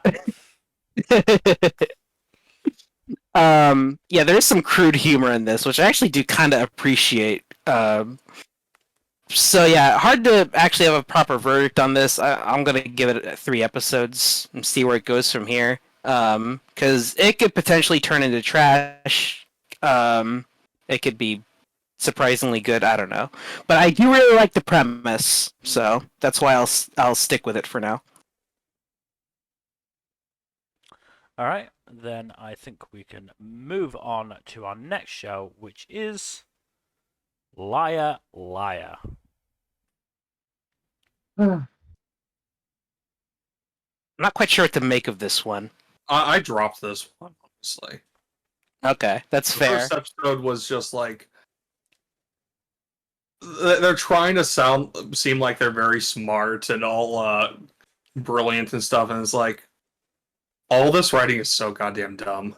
Oh yeah, I mean, to be fair, they kind of make it clear that everyone in the show is an idiot by the end of the first episode. Yeah, but at the same time, like it's written in one of those ways, like to make the author seem like they're very smart, and it's like, bruh. Yeah. I've heard this is discount Danganronpa. It is. Mm, Actually, no, not quite. no, This is not discount Danganronpa meets discount No Game No Classroom of the Life. Elite. Oh yeah, no, yeah. So it's Classroom of the Elite meets No Game No Life meets Danganronpa Yeah, pretty much. Yeah. Which, with none of the good qualities of any of those shows. yeah, exactly. Pretty much, which not really any of the good qualities of it. The whole what pisses me off is that like she picks a fight with him just out of nowhere. Like she walks into a sprinkler. That's your own damn fault. How would you have planned that? Like She literally gaslights herself into thinking that he did it just so she has an excuse to not blame herself for fucking up. yeah, it's yeah. Like he wouldn't have asked you for help, walked all the way over to where he's supposed to be, and then just to set you up in front of a sprinkler. Yeah, it's really stupid. And the fact that Something Occam's razor. also something else about that game, like he wasn't supposed to like, React or anything. yeah, but he clearly does. Like Multiple times! yeah, so it's like, how did he not lose? What? Because plot armor. Yeah, and also like some of these abilities that you can use in these games are seemingly pretty broken. So it's like, how is anyone supposed to have a chance? There is no game balance here. There is no Yeah. game balance. Yeah, It's no just- game balance. Look, I would get it if it was like deliberately supposed to be very poorly constructed, but it seems like it's supposed to work as an actual function. I'm like, no, fuck that, no. Yeah. Yeah. Also, it seems like the headmaster, principal, or whatever the fuck really just enjoys screwing with this kid. So yeah. Honestly, like, there's just so much dumb about this I cannot enjoy, and I'm Yeah. just not going to continue with this one. Yeah. It's pretty dumb. Probably not worth my time at any point forward. So I mean, I'm dropping it. I don't know if you want. yeah, you know what? I'm probably gonna drop it as well. I'd rather make time for better things. Fair enough. Saying him. Yeah. All right, moving on then to it's another sequel. It's my sequel. It's all mine, and I love it dearly. It is Malevolent Spirits Mononogatari Season 2. It's still gloriously dumb. There's a moment. So we get introduced to another of basically the big three Tsukimagami in Kyoto. The Bureau of Traditional Instruments or Traditional Music. And so, they talk in, music terms. And one of them says about Hyoma, "Oh, we heard that you like to rock." And because of the whole, Japanese L&R issue, Hyoma heard lock and instantly thought, "So I know how to do an arm lock?" With a helpful little image of him putting on an armbar to a Tsukumagami because he's an idiot, and I love him. He's 100%. See, this is how you do dumb. dumbass. You make them you just go with like the himbo approach. Yeah, he's so dumb, and I love him. Um, but it does seem like we're gonna get into the heavier stuff with the Tsukumagami that killed his siblings, because she showed up at the end of the episode, and we got another flashback to that where it turns out that they were actually they actually got trapped by talismans, which I don't think Tsukumagami are supposed to be able to use. So big Curious. thing there. And I have looked it up, and the manga is now finished. It finished very recently. Oh, okay. Well, the anime is probably not going to finish the story then. At Probably least not in the not. second season. Because yeah, the manga finished June 2023. Oh, that's very recent. Yeah. Yeah. So we might not get to the end, but fingers crossed we'll get near enough that we get a third season. Because I'd fucking love that. Because yeah, I adore this show. Very much a just getting back into the swing of things. Maybe introducing a couple new characters, except for that last little bit.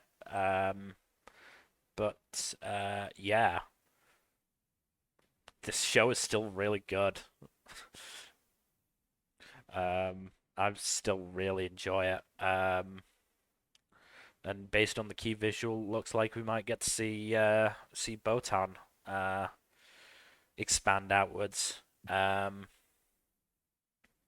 Oh yeah. Botan is teased by her friends about her relationship with Hyoma, and her protestations that it's not like that is instantly undercut by Hyoma finding her and going, "Hey, you're gonna have to make dinner tonight, but I'll help you. It's fine." Instantly undercut, and while they're having this conversation, Botan's friend just takes a picture of them talking and sends it to their group chat. And after the conversation, Botan opens her phone to find a bunch of messages going, "What? How? Why? When did this happen?" So, in short, Yeah, but yeah, no, I really love the show. And we should move on to a show that I wish it was better. why go hands? Why? We move on to the masterful cat is depressed again today. Why go hands? Why did you have to take this one? There's so much cinematographic bullshit in this. They're Damn. they're like moving the camera five 5 frames per second, Yeah. like some ridiculous rate Mm. to just cover the movement of the sweeping camera movements over the city as the protagonist starts her day. Studios that could have done this better. So many. And that's Honestly, give it to Doga Kobo or some shit, not Go Hands. Yeah. there is a lot to like about this premiere as well. Yukichi is genuinely quite funny and quite entertaining. Like when he just does the typical cat thing of laying on Saku to wake her up, but because he's fucking gigantic, it just crushes her. Yeah, she starts suffocating and tries her best to get up for air. Yeah. So funny. When when Saku starts complaining about having to go to work and is like, maybe I'll stay home, Yukichi just shoves her out the door and locks it. That is funny. The fact that the cat is more put together than the human is very funny. That's a good contrast. It is a very good concept. There are little hints here and there at what the actual story is, like Saku's boss apparently having met Yukichi before. The the one thing I could have done without was the weight shaming, but Mm-hmm. I mean, the other thing I could have done without was the constant reminders of, you need to get a husband or some shit like yeah, that. the heteronormativity was also bad, yes. and the yes, the only path forward for a female in Japan is marriage. Clearly. Great message. I mean, it's that plus the Gohans that's making me drop this one. Are you dropping it? Okay. I'm not going to continue on with it. Fair enough. The cinematography legitimately gave me a headache. Fair enough. I'm gonna keep with it. I don't have much else this season, so fuck it. I'll go for it. I'll at very least give it. Maybe you'll chill out. Who knows? It's Gohans. They never chill out. I've got so much experience with Gohans. Gohans has no chill whatsoever. No. You never know. But we do know Nmbr. We do know. We know all too well. Hey, I don't know if you know, Jack. You barely watch any Gohan shows. I've seen enough clips of Gohans to know what they do with their cinematography. I've genuinely watched Gohan's shows. I don't think I've finished one, but that says more about the show than it does me, I think. I showed my boyfriend the trailer for both the Gohan shows, and he's like, "This looks awful," and I'm like, "Oh, I need to show you Handshakers." So I showed him episode 1 of Handshakers. It's even worse than I remember. Yeah. Oh my god. Hey, that sounds like a form of torture. It's so bad. It is genuinely one of the worst things I've ever seen. It's so bad. And I watched like a good 4 or 5 episodes of the sequel to that. Wise? Wiz, Is yeah, that how I think it was Wiz. Yeah, I watched most of Wise. Yeah. Why? To be fair, it was fairly better than Handshakers, but you know. I mean, my Why reasoning do that was to me? that Why would anybody do that? my reasoning was that it was very early on in my seasonal anime career. I hadn't really heard of Gohans or Handshakers, and I thought the concept was cool, and then I saw that they were doing nothing with it. It's true. I didn't discover it was a sequel to Handshakers until like a few episodes after it started. Yeah. I think I only saw it when I was saying, this Wiz thing, it's kind of interesting, but, the animation is weird, and it's not great. And someone was like, you didn't know it's a sequel, right? No. What's a sequel to? Handshakers? What was that like? Terrible. Right. Okay. Guess this isn't going well for me then. And then I also watched fucking Scar and the Praetor. Oh, that I one. watched like 6 or 7 episodes of that for some reason. Why? I don't know. Okay, I don't know. Why would you subject yourself to that again? Again, because Gohan's shows have really interesting concepts, and like maybe they'll do something with it. No, they just fucking jizz all over the screen. That's all they do. Yeah, you aren't wrong. Like Gohan's originals do have genuinely good ideas a lot of the time, but it's squandered by their presentation. All squandered and wasted, and it's bad. It's just bad. The point is that Gohan's usually does originals, and that's why it's so weird that it's doing 2 adaptations this season. Yeah, no, that is weird. Because usually it only does 1 show a season and it's original. Not only are they doing 2 this season, they're doing adaptations. And it's just like, why? Why couldn't you just stick to your crappy originals? Because they had to inflict that punishment on people who enjoy manga too. I can't wait to see them adapt Spirit Circle. Oh god, don't put that. Don't curse that.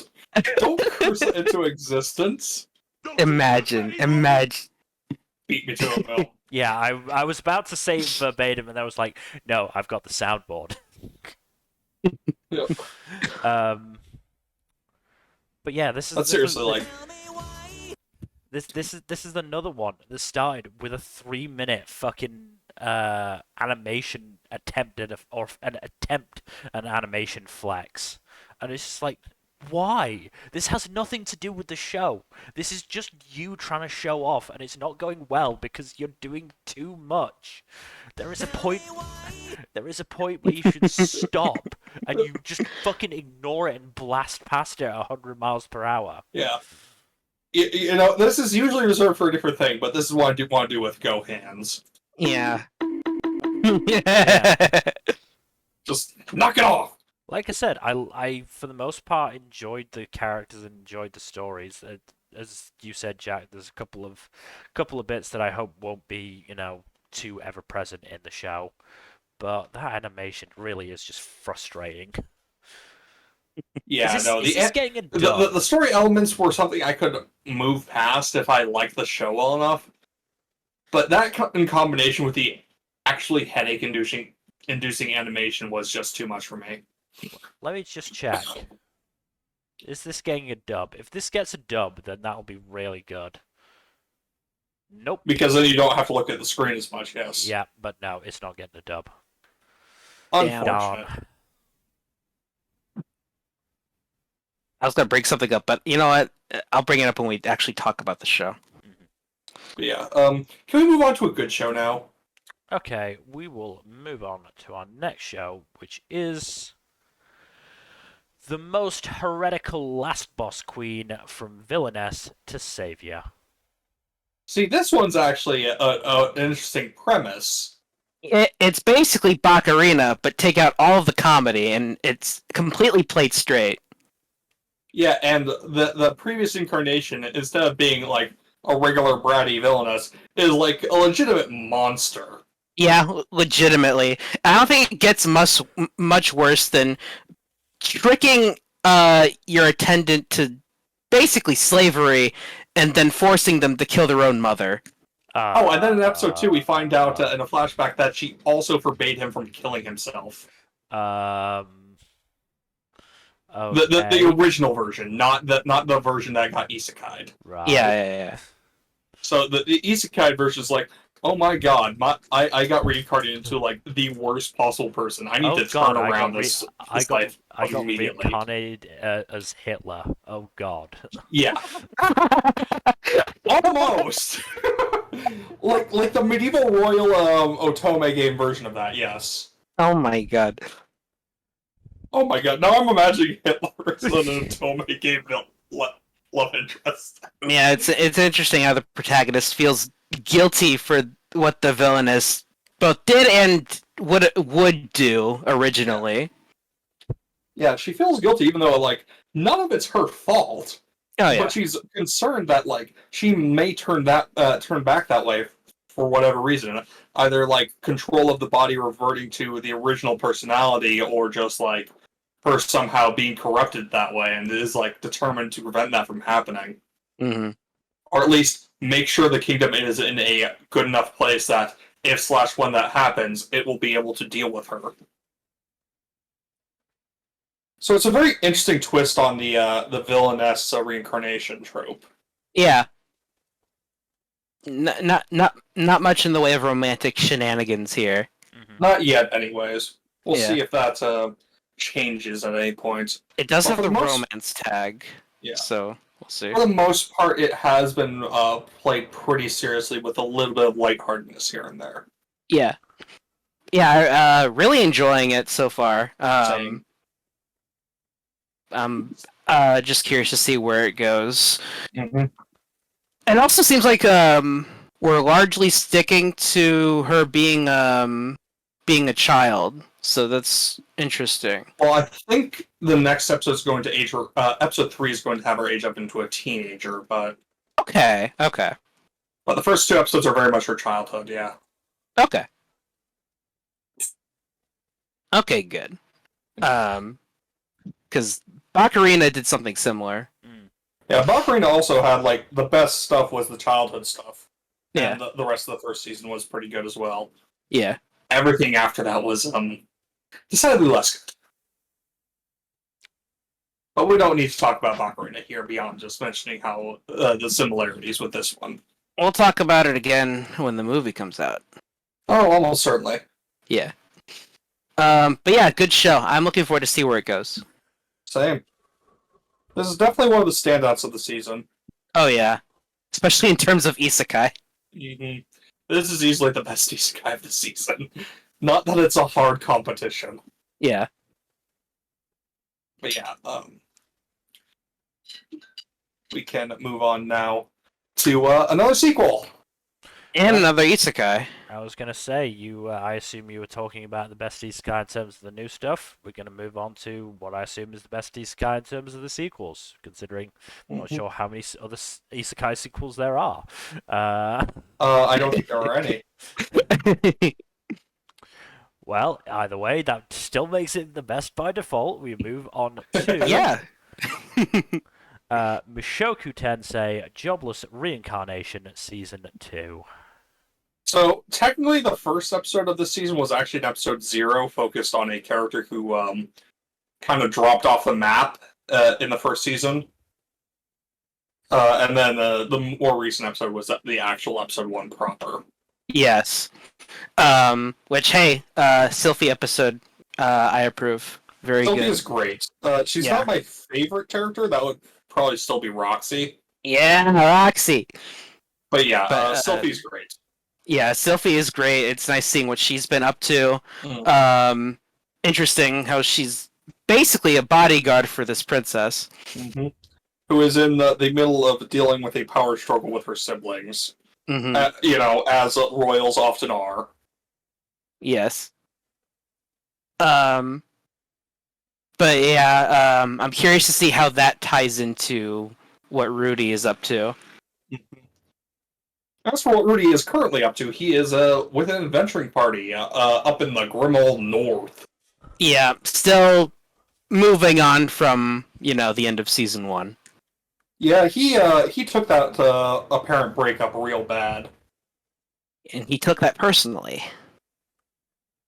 I wish I had a soundboard clip for that. I didn't take that personally. That's one for consideration. Yeah.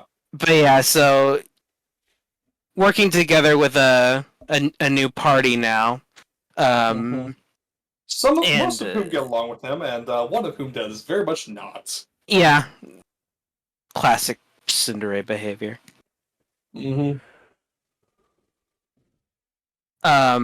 But yeah, pretty good. I'm glad Rudy is largely chilled out since season 1. None of his bullshit yet. He has mellowed out substantially, yes. Yes, yeah. And I want to see him get back on his feet and find out what the hell's happening with his mom. Because that seems to be his main motivation right now. There are worse motivations to have, like he used to have. Yeah, we don't need to bring that up. Yeah, and also the show looks as gorgeous as ever. Naturally. Yes. Well, they had a nice, relaxing time animating. What was it again? Onimai. God, don't remind me. What a waste of talent. I don't know why the studio seems to just be going for so many shows like that. Why the weird stuff? Do just regular stuff, please. Please. Yeah. You don't need to be weird. Let's hope Mushoku done is Mushoku Tensei and Onimai, and that's it. Yeah, let's hope Mushoku stays out of the weirdness, or at least keeps a distance from it for a while. Yeah. Because I'm happy. I'm invested again. I'm looking forward to see what happens. So. Same. This is a split call, by the way. It's a bigger split than last time. The last time was only a season between. I think the next season for this one is going to be in April. No, actually, no. It was also 2 cores between the 2 cores of the first season. Fair enough. Jesus, I hate this split core shit. Yeah, because season 1, part 1 was winter 2021. and part 2, I believe, was fall. Yep, it was fall. Yeah, so we'll have Look, to... if it gives the animators and the other production people more time to, actually get the project done without crunching, I am all for it. See, I'm fine with it. It's the fact that they have to do it in the first place, and that the scheduling just isn't better, No, I agree with that. That is Yeah. pretty shitty. But Yeah, I'm all for giving the animators the time they need, because God knows they need it, but it's Again, just... we will get onto apparent animation problems later on. Yeah. Oh boy. Oh boy. Oh boy. But yeah, Mushoku good. We can move forward, I think. Keep moving All right, forward. we will move on to. It's gonna be a happy time. It is My Happy Marriage. So, you ever want to watch Cinderella but Japanese and even more depressing? That first episode was not very happy. Yeah. I watched this dubbed, by the way. Oh, nice. How's the dub? Dub is pretty good. I liked it. That's good. I meant to watch this, but I didn't have time. It's also on Netflix, so I can't really blame you. Yeah, that doesn't help, because I also forgot about it, despite watching another Netflix show. But yeah. Yeah, no. This one is very good, though. It's definitely one of the most promising shows of the season. It's just also very depressing. Yep. At least to start with. Hopefully it gets less depressing as it goes on. I think that's the point. I think that's what I've heard from people who've who've read the novel. That this is basically the most depressing point, and from now on it's just All uphill from here. yeah, basically. That's good. Also, her stepmom and stepsister are absolute assholes. Especially the stepmom. That woman does not have any redeeming qualities. No. No, and I feel really bad for for Koji. Yeah, he was trying his best to help her, and it backfired. Well, to be fair, it looks like he might have done. If the show stays the course. It's just True. It's honestly, He helps her, just not in the way he wanted to. Yeah. To be fair, there's no real indication that he even sees her in a romantic light. It is just more that he wants to get her out of the house. And I can't really blame him for that. But now he's stuck with fucking Kaya, so unlucky. Who is a colossal asshole. Yep. Maybe he'll be able to mellow her out. Who knows? Maybe. Because certainly the indication that I got is that her behavior was influenced a lot by the stepmom. Mm-hmm. Oh yeah, no. She is the source of all the worst of this. Mm-hmm. Or at least one of the sources. Her father is also just a grade A piece of shit. Well, he's just more distant than anything else. I don't know, man. I can't really say that turning a blind eye to your own daughter being abused by her stepmom is anything but shitty. Oh no, I'm not saying he's not shitty, but he's it's not like he's taking an active part, and I'm sure that people would say, Fair well, enough. that's more a traditional reaction from in that time period. There's apparently also a lot of magic stuff that we haven't gotten to yet. Certainly not in the first episode. Yeah, it starts coming up more in episode 2. But it looks like it's going to be a significant part of the show. Yeah.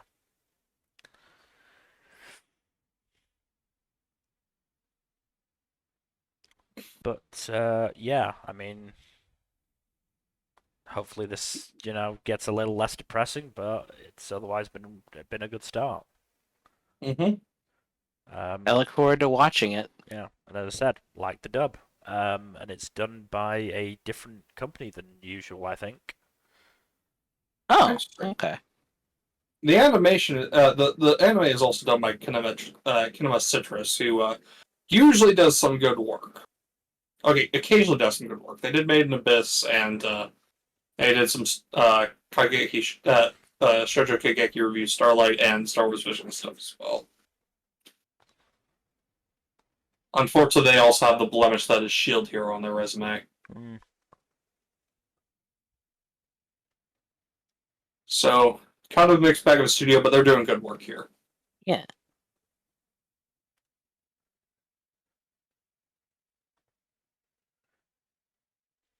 But yeah, I think we can move on now to hey, what is that? I thought I said I wanted my senpai as annoying. No, we've got my senpai as annoying at home. It is my Tiny Senpai. Funny you should say that, because my immediate thought with this one is like, this is just worse. My senpai is annoying. Yeah, that's why I made the This is joke. just diet my senpai is annoying. Yeah. Yep. Damn. Like, I do appreciate that the main female character is treated as mostly mature despite her diminutive stature, but also, like, there's so much ogling by both the camera and the male lead of her breasts. It's like, Somebody in this staff really has a hard on for short stacks.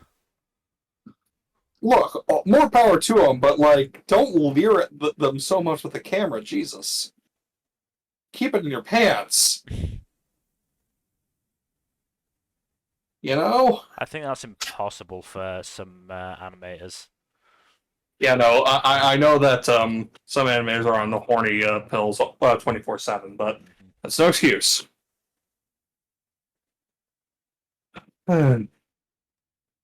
I wanted to like this one. It's just, yeah, I just can't. Especially, I know it's not fair to it really because My Senpai is Annoying is a very good show, but like, I can't help but compare it, and it's just not a good look for this show. Mm-hmm.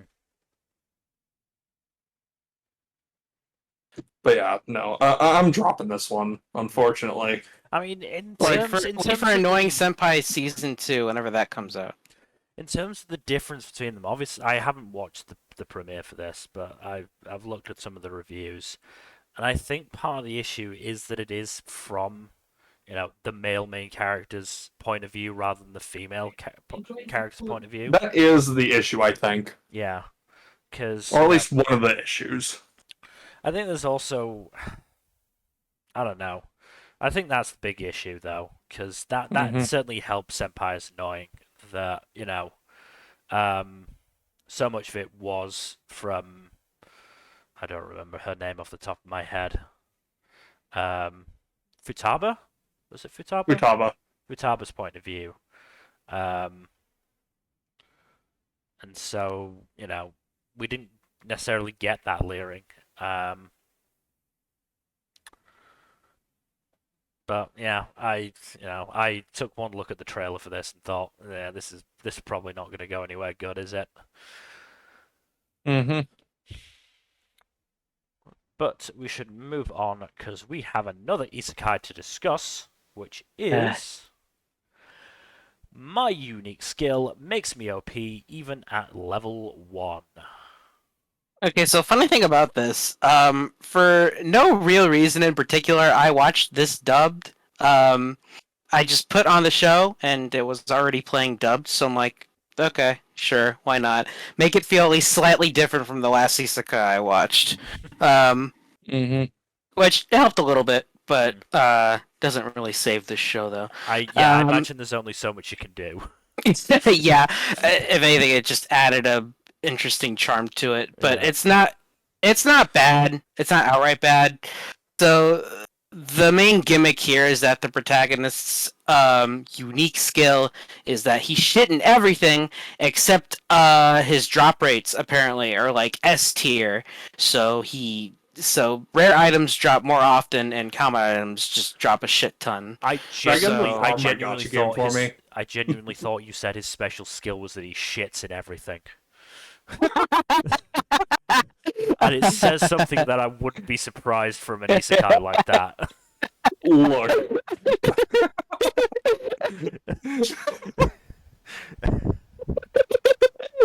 Oh my god. Okay. Anyways. So yeah, apparently our protagonist here was originally a I think a salaryman who died of overwork, which tragic in its own way. Stressing that this is becoming a trend in Isekai. Yeah, this is happening a little too often now. When it was Truck-kun. Yeah. And he was a drop. He dropped from like a slime. So that was weird. But yeah, he runs into this girl who he shares a meal with, and he actually starts crying because he can't remember the last time he had a home cooked meal. So and she comforts him, and it's wholesome in that regard. But and everything else, it's kind of just like whatever. Well, the thing is, right? So like his gimmick with the drop rates here, like that's unique enough, okay. But the thing is that the episode ends with him going into this new dungeon that just appeared, and apparently all the monsters, all they really drop is like this extremely rare item that increases your stats. So what I imagine he's gonna do from here on out is just grind these monsters and then use these items that drop to buff his stats, and then he's just a normal isekai protagonist that can do everything. So, yeah. Oh yeah, I forgot to mention that he's apparently permanently stuck at level 1, so that's why he can't just level up normally. But yeah, the show, a very whatever show. Again, not really bad, but it's just there's nothing here. Yeah. And it runs the risk of losing the only thing that makes it unique. So I'm like, okay, why bother? Yeah, literally. So are you gonna drop this one, or are you gonna keep up? Oh, it's Drop. Nice. Yeah. But we can move on. Alright then, moving on to our next show. It's another Netflix offering. It is Ooku, The Inner Chambers. So this was pretty interesting. So it does do this adaptation in basically Oshi no Ko style, where the first episode is long as fuck, and it is entirely different from the rest of the show. That being said, I haven't seen past episode 1 yet, so I don't know how the rest of it is. Right. But I do know what it's doing. So episode 1 is basically the setting here is that basically there was this they call it the red face pox, which basically wipes out like 75% of the male population in Japan. Stuff. Yeah, so traditional gender roles kind of end up switching. Women do mostly everything now, and male do a lot of the things that women originally did. Which is kind of interesting in its own way. But what happens now is that basically there's a problem with being able to properly reproduce, because like a lot of women are trying to have children, but there are no men.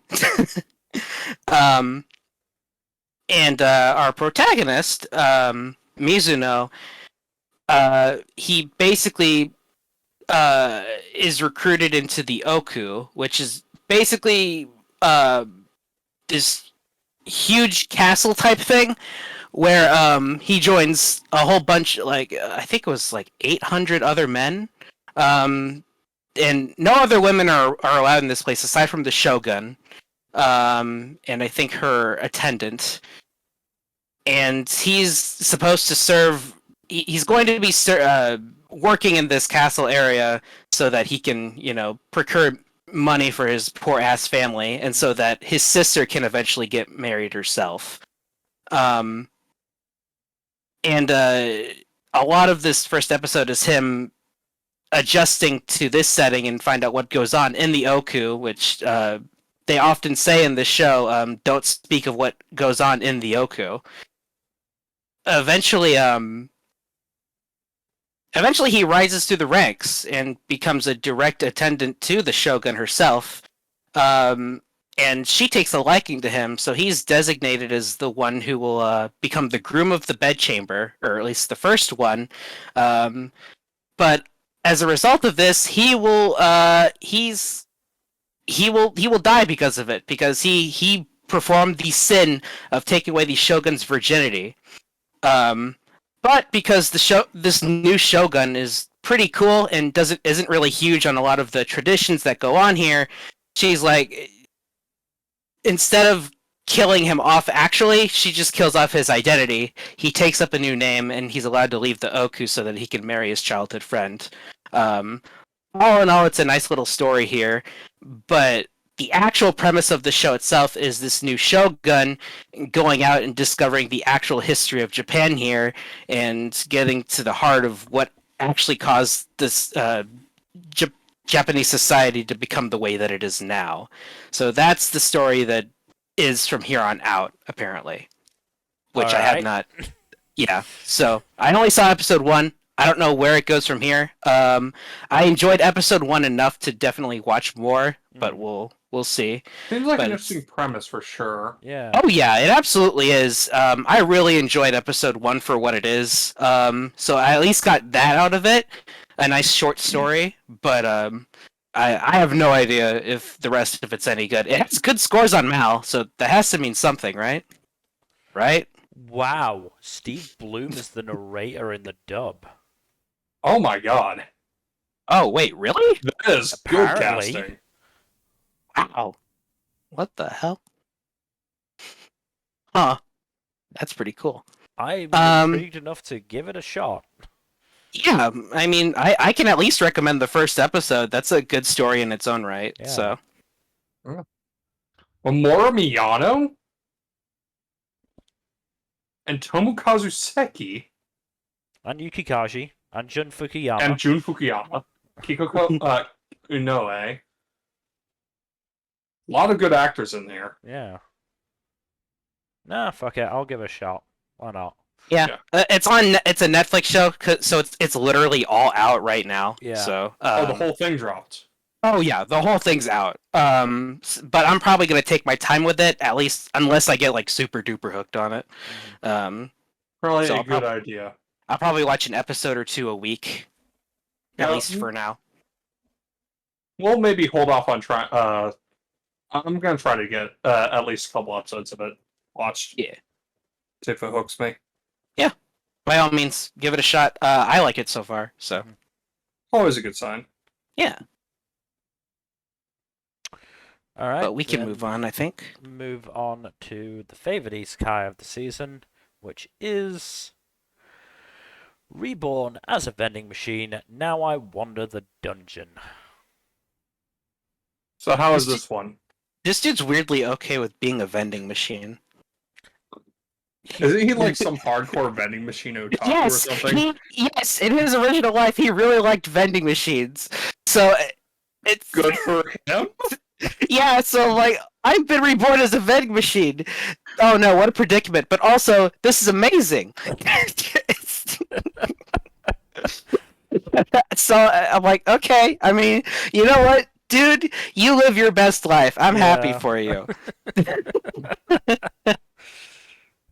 But yeah, apparently the way that it works for this vending machine man is that apparently he's able to like he has like 1,000 points from the start, and he's able to use points to change his stock, increase his stock, as well as acquire like weird skills and stuff, most of which are useless because he's a vending machine, but he can create a barrier, so that's how he protects himself. But it burns the hell out of his points. And just living costs him a point an hour. Ooh, that's fun. But he gets more points by selling items as a vending machine. So he has to make profits every day to make sure that he doesn't fucking die. Of course, this is a fantasy world where even the idea of a vending machine doesn't really exist. So this starving girl comes along, and she's like, "What the hell is this machine? Is that food in there?"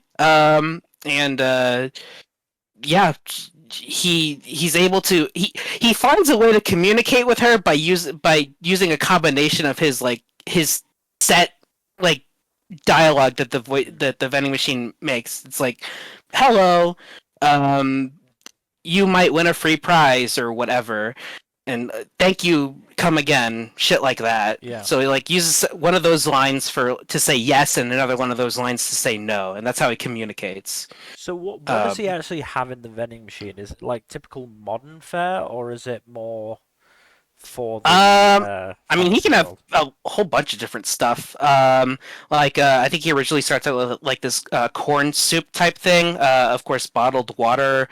I think he gets tea as well. Like he can swap out like what he has as well. So he has access to a whole bunch of stuff.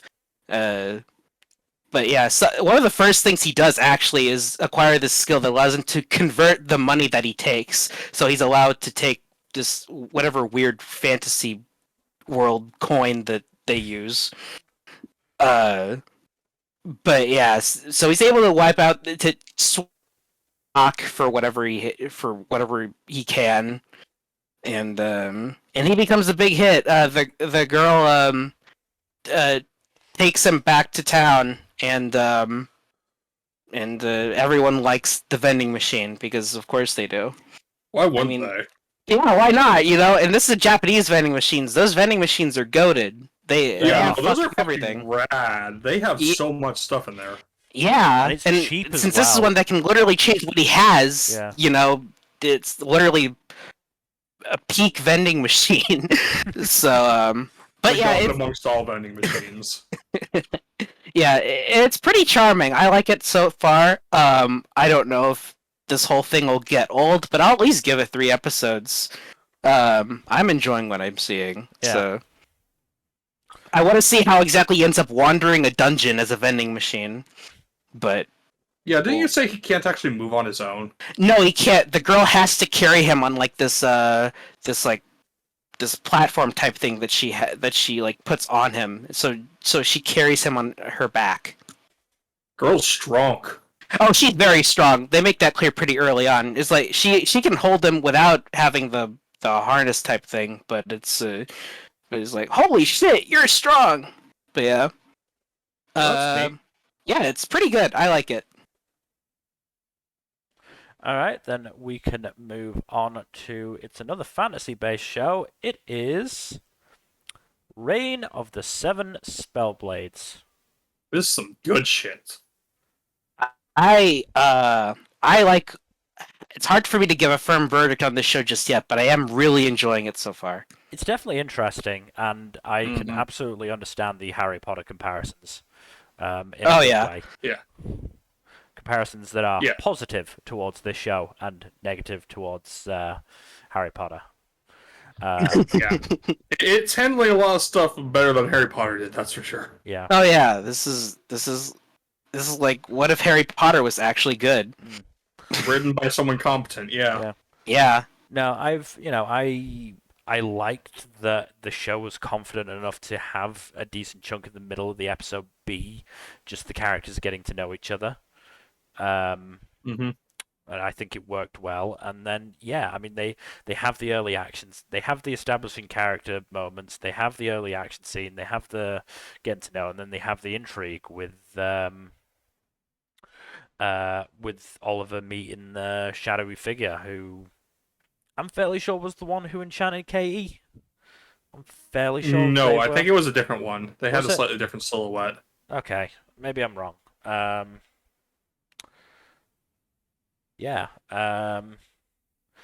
one thing I'm slightly disappointed about is the fact that I got some serious like Yuri vibes between Nanao and Katie.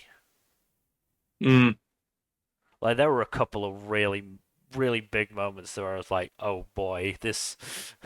If I had more faith that the show was gonna go for this, I'd be very happy. But I don't have that faith. Yeah. I don't blame you. You never know. Yeah, you never know. The issue is they're very much setting up the romance between Oliver and Nanao as well. Yeah. Oh yeah, It's yeah. very clear that that's the direction they're going. Yeah. Oh yeah.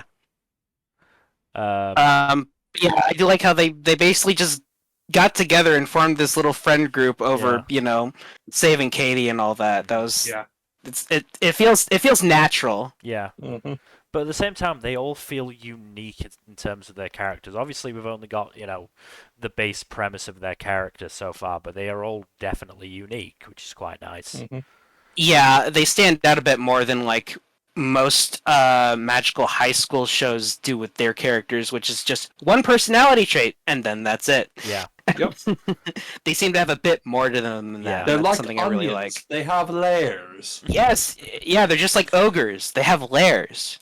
I gotta admit, it was very cute when Pete got excited that Oliver had read the book he was reading. Oh yeah. Yeah, that was adorable. That was so nice. But I'm definitely intrigued about the stuff surrounding Oliver. Mm-hmm.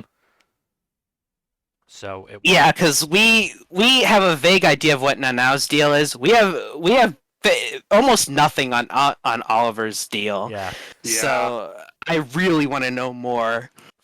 I mean, it may be a case of his family is the one involved in the shady stuff and he's trying to stay away from it, but we'll see. Mm, yeah, I could buy that. It's hard to say at this stage. Also, Yeah. I know they made a big deal about how 20% of you won't survive. I don't know. I feel like I take those odds. 20%? Yeah. 80% survival rate is not nearly as bad as you think it is, lady. Yeah. Yeah. 20% just seems a little low to be like 20% of you are gonna die. Be scared. It's like, I'll take those. I'll take those odds. They're not terrible. They're not. Yeah. Obviously, 20% of Yeah. us dying is bad, but it could be worse. I don't know. Maybe I'm affected by the whole by having read Food Wars and that like only 10% of you will graduate or something like that. Which is Yeah. substantially steeper. Yeah, like I don't know. Maybe I'm not taking the 20% bit seriously, but No, I It just- kind of agree with it you. just seems a bit I- low I to be get it. so negative about it. Yeah, I do like this show, and the characters have great dynamics so Yeah. far.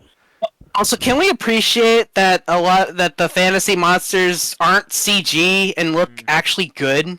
Yeah. Yeah, the animation was actually pretty good, which was surprising considering this Yeah. is done by JC Staff. Yeah. JC Staff's a little weird because like sometimes they can be absolutely stunningly gorgeous, and sometimes they can be absolute, One Oh, Punch shit. Man season 2. Now, to be fair to One Punch Man season 2, it didn't always look bad. It was No. just like a case of To be they bit fair, off more than they could chew, I think. I think Yeah. I think the other thing was it was never going to be able to live up to season 1 enough. No, Oh, season 1 is damn near perfect. Yeah. No. Absolutely. But my point is that JC Staff's usually a pretty mixed bag. I mean, like for example, like Index is visually just kind of all right, but Railgun's gorgeous, and they're both in the same franchise, so it makes no sense to me. But they're the same studio. My So- my other worry is the fact that JC Staff are doing 5 shows this season They Wait, are. what? Oh my god. because they're doing Sugar Apple Fairy Tale, Sacrificial Princess, Random 7 Spellblades, and Duke of Death and Duke of Death. and Eden That's Zero. 4. Eden Zero as Oh, well. shit. Eden Zero, right. Yeah. Oh my god. Yeah. So 4 of those are sequels I'm a little worried. or carryovers. Yeah, I'm just a little worried about that. Yeah. I hope. To be fair, JC Staff's like supposedly a huge studio. I know, but but- They probably have like that many teams. just anytime I see a studio doing that many shows in the same season, I just do that little collar tug of this could go very badly. Yeah. I don't blame you. This could go very badly for one show in particular, and I'm very worried about the one show I like being that show. Yeah. Yeah, I get that. Yeah. But yeah, no, I definitely enjoyed Definitely enjoyed this first episode of it. Fingers crossed it'll manage to keep going. Yeah, let's hope it stays the course. Yeah. All right, now we have to move on to what will surely be Nmb's sequel of the season, because we move on to Rent-A-Girlfriend Season 3. Oh my god. Nmbr, why are you watching this still? That's a good question. I don't have an answer to that. Anyways. Oh dear.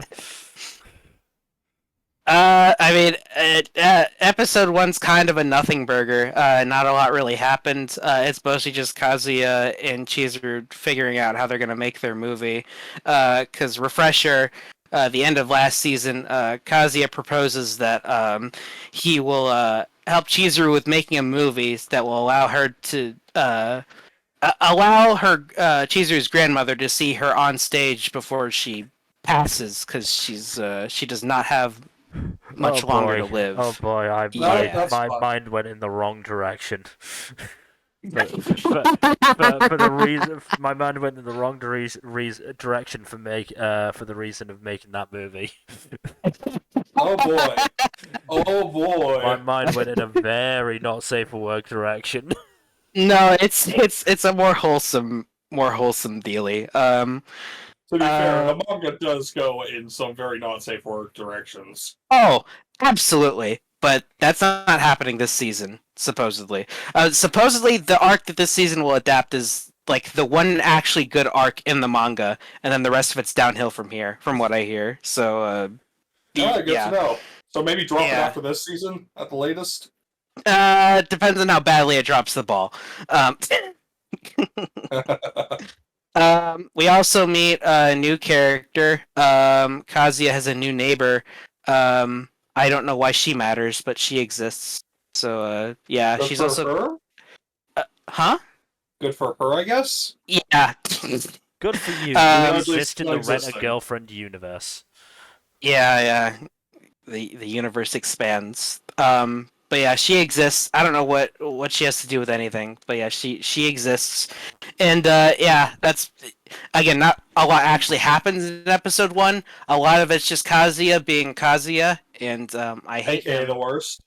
I hate him. Although the one time he's not insufferable is when he's actually doing the math to figure out how much it would cost to properly make the movie that they're trying to make. And he's not weird about it at all. He works out all the math, and it's like, wow, you're actually competent at something. I'm impressed. Wait, Kazuya's competent at something? What? I don't Yes. believe it. Shit. My immersion is broken. I call bullshit. But yeah, so Rent-A-Girlfriend Season 3. I will be watching, unfortunately. Again, I ask, why are you subjecting yourself to this? Because someone has to. No, they don't. No, you don't. Yes, so that I can properly continue to shit on it. I can only say that is a bad reason for continuing Nmbr, something. I think your cost is well and truly sunk. As somebody who did that for Attack on Titan, it's not worth it. Okay, but Especially not for a series like Rent-A-Girlfriend, where very few people actually think it's good. look, just I feel it's like a if car you say crash that I shit- can't turn away from. Okay. Alright, fair. See, that I understand as a logic. Yeah. Still think it's I bad don't logic, know. but... I don't really approve of it. And, Yeah. and especially- look, sometimes I need a reminder to tell me what good things are, you know? And it's like, you know what? Maybe this show isn't like Rent-A-Girlfriend bad, you know? Hmm. I mean, that's how I get my reminders at the beginning of every season when I see some shit. But yeah, let's move Yeah, on. we should move on to a show that is, in terms of vibes, completely different, because we move on to Saint Cecillia and Pastor Lawrence. This show is pretty chill. Though, as someone who's raised Catholic, I do find it absolutely hilarious that they're using the Catholic aesthetic for the lead in a rom-com. Because, like, priests are famously supposed to be celibate.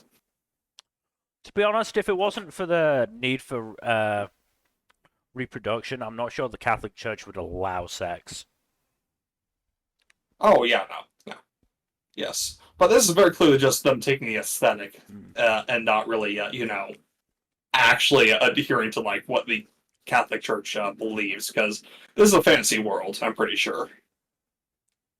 Because the titular saint has magic powers or of some sort.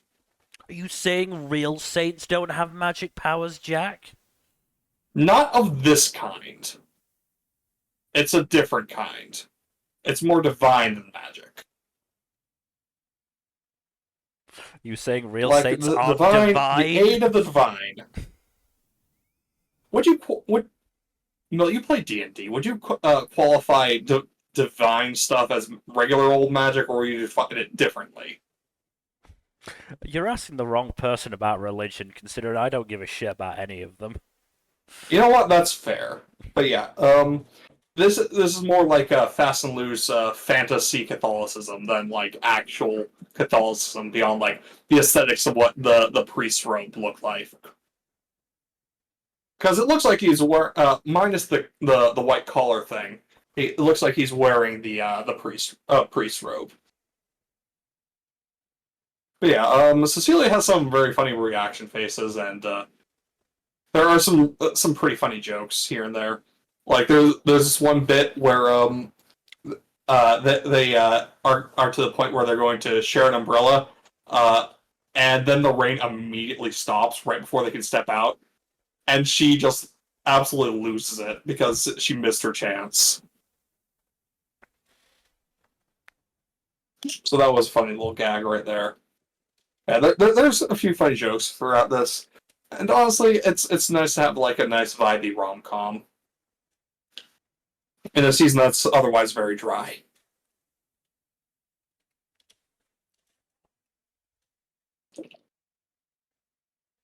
Yeah, not much else to say about this one. It's not like my favorite show on the list, but it's not doing anything particularly offensive either. Mm. And it's not outright boring me like some other shows have, so. Fair enough. Let's Yeah. move on then to our next show. It's another sequel. I believe it's our last sequel on the list, in fact. It is Spy Classroom Season 2. Did they resolve that cliffhanger? No. They didn't? No, they're doing flashback shenaniganry to get us to the point where the cliffhanger happens, I guess. Oh boy. So it's like, okay, this is how we got here, kind of thing. No, you And made me most of the- wondering how I got here. I was- Well, it's a long I was- story. I was gonna do the exact same thing. God damn it. But yeah, so basically we get a bit of an explanation of like how half the team got sent on the mission with the teacher, and then they decided to stay a few extra days to rest, and now we haven't heard back from them for like a few days now. So we're getting real worried and suspicious that something sus happened. So how the hell did we get here? So yeah, no resolution on the cliffhanger yet, but I will keep you guys posted on if/when that gets resolved. I don't imagine it'll be until at least later this, at least 3 episodes in at the earliest. Oh god. I know this kind of show, Mill. I know that they like to take their time resolving cliffhangers. I know, but That's it's how just... that's how they keep you invested. It is, but at the same time, I can't help but be a little bit annoyed. There's keeping you invested, and then there's just keeping you hanging on a cliff until your fucking fingers are bloodied and raw. Yeah, To at be least- fair, to be fair, like a lot of the times, like these kind of cliffhangers do need to do a how we got here type thing to like explain the context behind why the cliffhanger happened in the first place. At least your cliffhanger will be resolved. Yep. Oh. I'm sorry, Mel. Moving on. But yeah, we should probably move on to, I think the last isekai on the list. Yeah, I think so. Yep. Moving on then to Sweet Reincarnation. Now, the vibes I get from this is Parallel World Pharmacy, but with cooking. Honestly, they haven't really done too much on that front yet.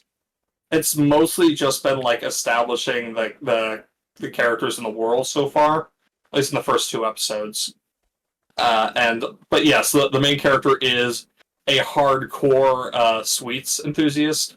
To the point he was actually, I believe, a confectionery in his previous life, and he died by being crushed under a candy sculpture. What a way to go! What the Yeah. hell?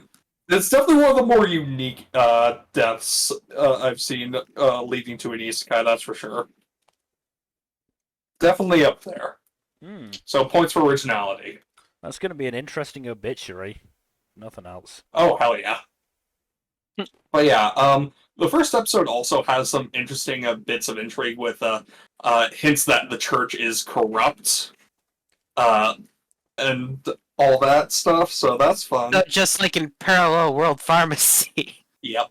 And also, there's also like is a feudal lord's duty to protect the land from bandits and stuff. Unlike some shows, which are just like gloss over the actual duties of governing. So that's neat. But yeah, the show's fun. It's far from the worst isekai I've seen even this season. But like, it's bar not so nothing low that it's a tripping hazard in hell. I'm aware. But yeah, this is pretty harmless for the most part. Nothing outright offensive. The worst it gets is the main character's mom and sister forcing him to cross-dress for or rather play dress-up for their amusements. Which is, not ideal, but like not far from the worst thing. Again, the bar is very, very low. It is very low, yes. Yeah, again, the show is otherwise harmless. Alright, then we will move on to... It's another video game adaptation. It is Synduality Noir. Is this any good? I mean, it's fairly interesting. I enjoyed the first episode at least. So not quite sure about the setting here because like it seems to take place like in a distant future world. It's not very super clear on it. But there's these humanoid android type things called I forget the name of it. Let me pull that up. But yeah, it takes place like in the distant future, to the point where like the main protagonist doesn't like he loves junk that he finds, but it takes place so far in the future to the point where the protagonist doesn't know what a computer mouse is. So there's that, and he and his buddy that he's been working with for some sort of resource so that they can make some money. They end up finding this android who's passed out. They end up reviving her, but she has no memory of who she is. But apparently her name is Noir. And the protagonist's buddy, he pilots this robot, which is the robots are literally called coffins. So that's cool. I mean, not even 86 got that morbid with its mech names. Yeah. And the mechs they remind me a lot of Titanfall's mechs, if you're familiar with those. In terms of like size and how they actually get into the mechs. But apparently the way you pilot these mechs is that there's the human and then there's like the android who also like helps stabilize everything in the mech. So it's like a two pilot type of deal. Oh no, I've seen 2 pilot type deals before. Is it Pacific Rim good or is it Darling in the Franxx bad? I get closer to Pacific Rim vibes here, but it's too soon to say for sure. Um, so they go back to their base and everything, which is but eventually they get attacked by these the antagonists like goon group. I forget what these monsters are called. But they're backed up against the wall, and of course the protagonist is like, I wanted to pilot a coffin. I think they call the pilots like drifters or something like that.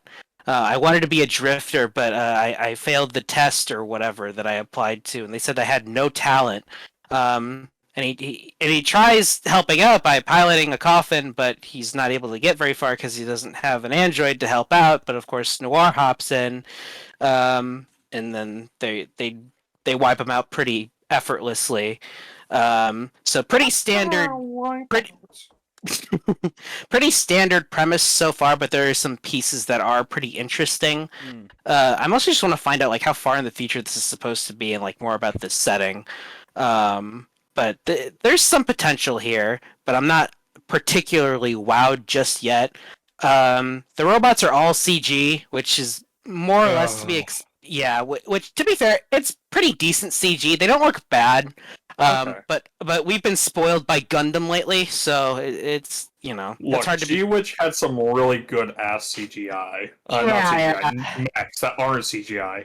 Yeah, and the monsters look. They don't look very good.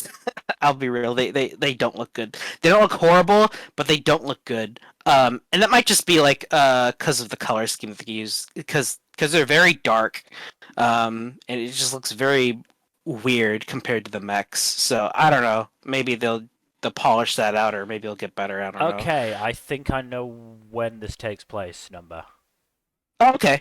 Because I've searched up the game. And Okay. the Steam description says takes place in 2222. Okay. So yeah, that sounds about right.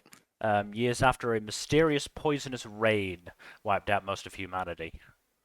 Okay, I think I remember hearing something about that. That wasn't in the show itself, though. Let me make that clear. None of that was in the show itself. Well, the rain happened to be chocolate rain. If only. It was called The Tears of the New Moon, and the game is not even out yet, so... That Tears of the New Moon is mentioned, but it's not really clarified on what the fuck it is, so... to be fair, there could be a flashback in episode 2 that explains everything. I don't fucking know. But yeah, so far they haven't explained shit about this world. I hope that they do, because I wouldn't have to, like... So they don't have to like look up a fucking game or whatever to get that clarification. But as it stands, this show does have some potential here, but I'm not wowed just yet. But I'll give it 3 episodes. All right. Moving on then to our next show, which, looking at the last 4 shows, this will probably be the last drop of the stream. I would imagine anyway.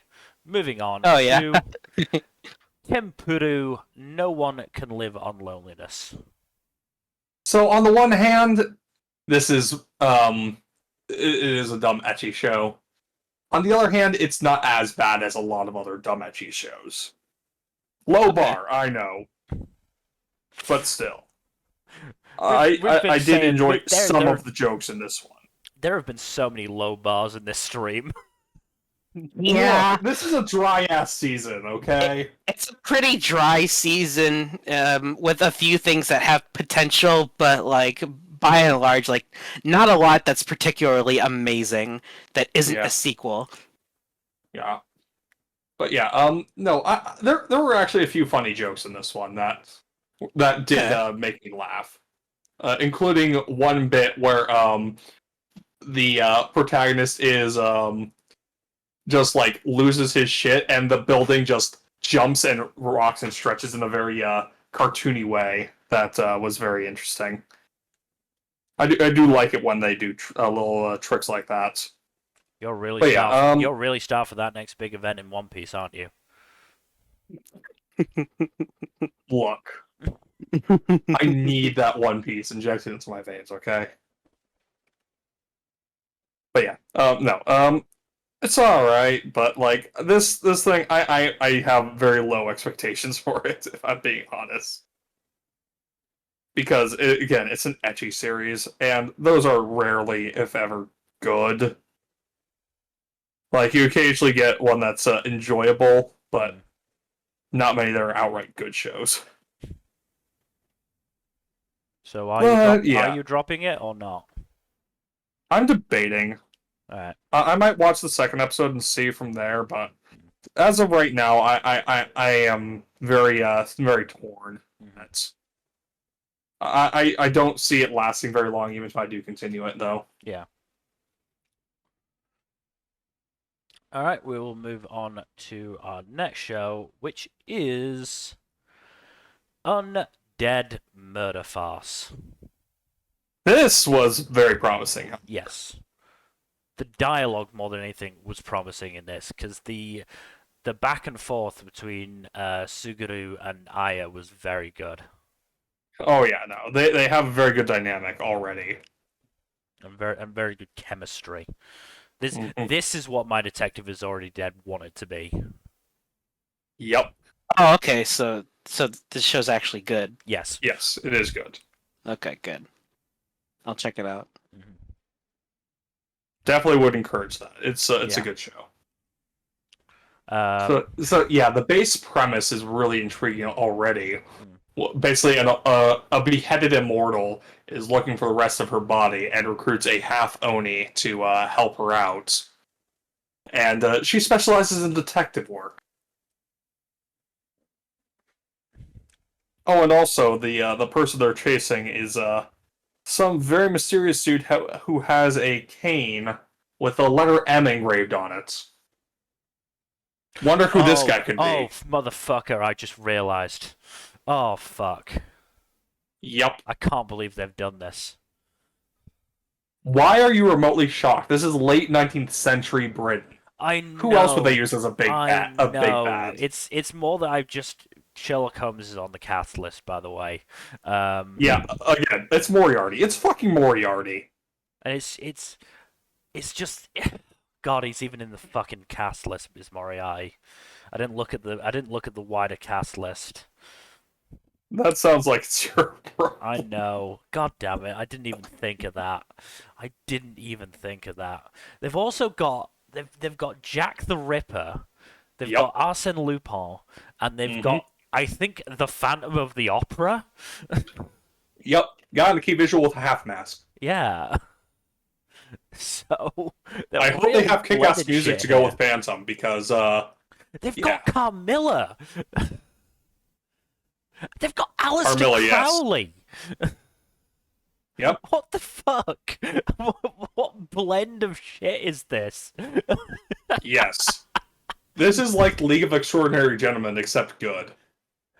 Oh, come on. I like the League of Extraordinary Gentlemen. I think they've got Frankenstein. Yep, they got a guy named Victor who looks oddly like Frankenstein's monster. Yeah, but I liked League of Extraordinary Gentlemen, okay? It was dumb. I know. I'm just being a shit. I do have problems with League of Extraordinary Gentlemen, especially the comic run, though. I'm not even touching Like, that. I'm talking about the movie that was not well received. Yes. No, the movie wasn't terrible. No, the comic run has a lot of fucking issues. I like Alan Moore all well and good, but, like, fucking hell, man. But yeah, no, this definitely shaping up to be one of the more interesting offerings of the season. Again, if nothing else, just dialogue based. This is based on a novel, so the dialogue does have to pop. I haven't heard of the studio before. They haven't really done a lot, it looks like. Who's the studio? They did Sarazanmai. Oh, Sarazanmai! Yeah. Okay. Oh, they also did a Wodokoi OVA. No, the big one is obviously Sarazanmai is the big one, yes. No, they've actually done some stuff. Interesting. So you've got the same director as Kaguya. The last two, the Kaguya movie, third season of Kaguya, did series composition for other stuff. Storyboarded and directed the ED for Mashiro no Oto. And yeah, the director for Shogun Roku Rakugo, which is very good apparently. I've heard good things about that, but I've never bothered watching it. That's one that's been on my list for a while. It's on my catch-up list. The series compositor did series composition for Inspector, Golden Kamuy season 4 and season 3, and 2 and Oh, damn. 1. Series composition for Durarara. So yeah, it's definitely a strong cast. Oh, I'm Bakano. Seeing who the actual voice actors in the cast are, too. Mm. They got Shinichiro Miki as Sherlock Holmes. They got, let's see who they got for Moriarty. Wataru Yokojima, who's been in a lot of stuff, but Mostly been in not a lot of Tiger stuff, and Bunny, actually. Yeah, mostly been in Tiger and Bunny. he's mostly been a supporting actor. Yeah. The biggest thing he's been in is Tiger and Bunny. Arsene Lupin And is Carolyn played by Tuesday. Mamoru Miyano. Oh, fucking course it's Mamoru Miyano. Maya Uchida, as well as in the cast as Nora. Alistair Crowley is Tomokazu Sugita. God fucking damn it. Of course they'd get him for Crowley. Aya is played by Tomoyo Kurosawa, who most recently played Mitsumi in Skip and Loafer. Oh, nice. As well as Rebecca in Cyberpunk Edge Runners. What else did we recognize? Oh, played oh fuck, what was the name? I didn't know Swindler. Tomokazu Sugita voiced Katakuri. Apparently so. So yeah, no, this has definitely got an all-star cast and crew. So Oh yeah. This is quite a loaded production. yeah. I'm very much excited. This is one of the most promising ones of the season. Yeah. Like there are a handful of really good shows this season, I think. This is definitely one of them. But we should move on to our penultimate show, which is Yohane the Parhelion Sunshine in the Mirror. You know, it's very rare that we get down to the Y's and the Z's in terms of the titles. Yeah, I did think that, yes. Huh. So, as the non-Love Live fan, because this is a Love Live spin-off, which I didn't realize at first, this was an interesting premiere. It's largely disconnected from the Love Live it's based on. It's a completely new world, so you can go in as blind as I did. You can go in basically. completely blind. So, Yeah. but yeah, what'd you think? I think it was, as I said, I think it was an interesting first episode. They definitely did a lot of work throughout that first episode, really establishing Yohane. Because it could have been very easy to sort of just portray her as this sort of, I don't want to say mean girl, but very, dismissive of her hometown and the people who decided to stay there. But it is clear that a lot of her prickliness is a defense mechanism. And it helps that she does have good chemistry with Lilaps. Yeah, I love Lilaps. It was definitely a very good combination to have. And, obviously, I'm assuming the rest of the main cast of Love Live is going to get involved, but Hanamura was a good first choice. Yeah, it seems like pretty much everyone from Love Live Sunshine's gonna be here. So, in some Everyone form. is here. Because I did have the cast list for Love Live up and was basically going through when I think it was during the sing montage where just showing shots of the characters like, okay, that's that character, yep, that's the full cast of Love Life, okay. Yeah. So, seems a fair bet that they'll probably be involved at some point. Yeah. And a nice little hint at a wider plot with those with that earthquakes thing or sound wave. Yeah, as well as the opening at the end of the episode, Mhm. which I really love that opening. That was great. No, I mean I think it's going to be interesting. Gonna gonna look forward to seeing where they go with it. And Yeah, there's a lot of potential here. Looks like this will just be hopefully, a very solid fantasy show, which, we're kind of short on those that aren't isekai, but I'm definitely down. Look, if Japan is going to do fantasy, it's got to be one of three things. It's either got to be isekai, based on Harry Potter, or an idol show. And they even did the whole idol performance thing at the end of the episode. Yeah. Which, to be fair, I loved it. I love the song, and the CG's really, really good. My one issue is that the song wasn't translated. Oh yeah, That was a little weird to me, and it sort of yeah. sort of I took don't me know out if of they it. usually translate the songs or not. Mm, If this were on High Dive, they would have. yeah. Wow, something that That's High Dive would have done. Yeah, that's a point for High Dive there. Yeah. So hopefully they translate them going forward, or hopefully they go back and translate it. But yeah. I mean, my what I wondered was because it was near the end of the episode, if they thought that was sort of the ED, because they don't always immediately translate the ED if they do at all. Mm-hmm. But yeah, I don't know, I'm definitely intrigued enough to keep going with it, especially in this season. Yeah. Yeah, I'm certainly enjoying it. There's a lot of potential here, so I'm game for more, and Yeah. not just because I like me some Love Live, but I haven't even seen the Love Live this is a spin-off of. So, but I'm down for more. I love a good fantasy, especially with our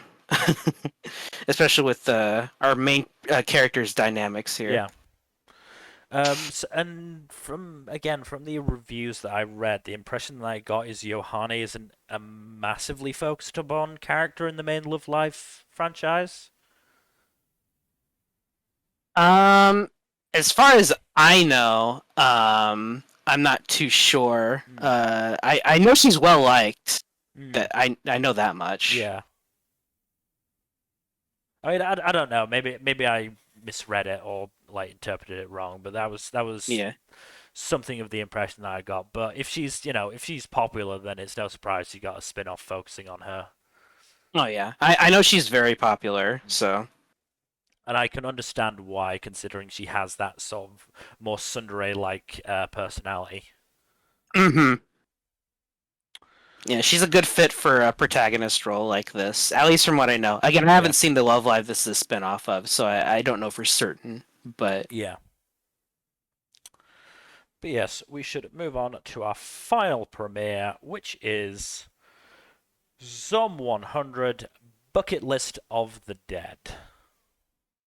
This is so fucking good. This is gorgeous. Fuck, but yeah. I've been hinting throughout that we were going to talk about some bad animation studio practices. Oh yeah, no, this one is like this. So the thing with this one is like the protagonist starts off the story working at a black company, which is just for those who don't know what a black company is, it is a colloquial term in Japan for companies that do really sketchy shit, like working their employees like triple overtime with no overtime pay and stuff like that. Mm-hmm. And a lot of animation studios are guilty of doing that kind of shit. Well, it gets even more interesting because apparently the production staff split off from Studio OLM. And Interesting. the logo for the company that Akira works for is very similar to OLM's logo. A lot of the Comey staff specifically is on this show. Oh, interesting. Oh, this is a new studio too. Yeah. This is a good premiere project, though. Good God. It is. Yeah. It's very good, but yes, they were definitely taking some not so veiled shots at OLM here. Yeah. I get the feeling that some of these folks were animating from experience. Yeah, and that first 10 minutes is very rough to get through. It is brutal. It does a very good job of showing just how life-draining working that kind of job is. It's so bad that the zombie apocalypse is like paradise. By comparison, yeah. It is Like, a rare zombie show where the person is happy to be in the zombie apocalypse than life before. Yeah. Look, he is unconstrained by that hellish office life. He can just do what he wants. And it was a hell of And a you know way. what? Good for him. He chose a hell of a way to resign as well. Yeah, just yeeting his old boss out the window and then just gleefully confessing to his now zombified crush and then fucking off. I wouldn't call that gleefully. Not gleefully, but He was definitely, quite sad. definitely, he is definitely relieved to get that off his chest, even if he's not as happy with the circumstances. Yeah. I do appreciate very much how well the show just depicts both how awful it is to work in a grindy environment like that, as well as the relief of actually being able to escape it. Yeah. No, absolutely, and it was a case of this is necessary to go to set up that big moment where when he's running and he realizes, holy shit, I don't have to go to work anymore. Yeah, no, great reveal, or not great reveal, great transitionary scene. Because if you pay attention, you notice that the color slowly drains out of the show as the episode goes on, until he realizes the zombie apocalypse is happening, and then it is just a splash of color. Splash of colors. There's loads around, and it's always good when a show plays with the tone of the shot like that. It is definitely taking full advantage of the medium. Because Super Cub did the same thing. That was always. It's the same thing in a bit more of a subdued fashion. Oh yeah, absolutely. You weren't going to get that many colors in Super Cup, but no, it was definitely a good premiere. My one issue: the fucking dub doesn't come out until August 6th. Yeah, and the dub has a good cast. I really good cast. Saw that cast and was like, yeah, I'm gonna watch this dubbed, and then I saw when it was coming out, like, you motherfuckers. Because, they got Xander Mobus, Zeno Robinson, Abby Trott, and Laura Post as the 4 leads. Yeah. Come on, just drop it early, please. And it's only on Netflix as well. Oh, that's fucked. Yeah, the Japanese cast isn't too bad. Akira's VA is actually a relative newcomer who hasn't done a lot. He only his first role was in 2019, but then he's only really done stuff in the 2020s. Yeah, he voiced Izumi in Shikimori. Yeah, that was his first lead role, I believe. Second lead role. Actually, no, those two were at the same time. And he's voiced characters at least like one or so every. Not every season, but he's not super big name. The Nmbr, do you recognize the name Shubaha from Yu-Gi-Oh! Go Rush? I haven't seen Go Rush because it hasn't been localized because life is terrible. Fair enough. Oh, that reminds me. Weirdly enough, the other male lead though, Makoto, is played by Makoto Furukawa, who voiced Shadik in G-Witch and Taiju in Dr. Stone, amongst other roles. So he's been around for a bit. But yeah, going back to licensing things for a second. I've just remembered.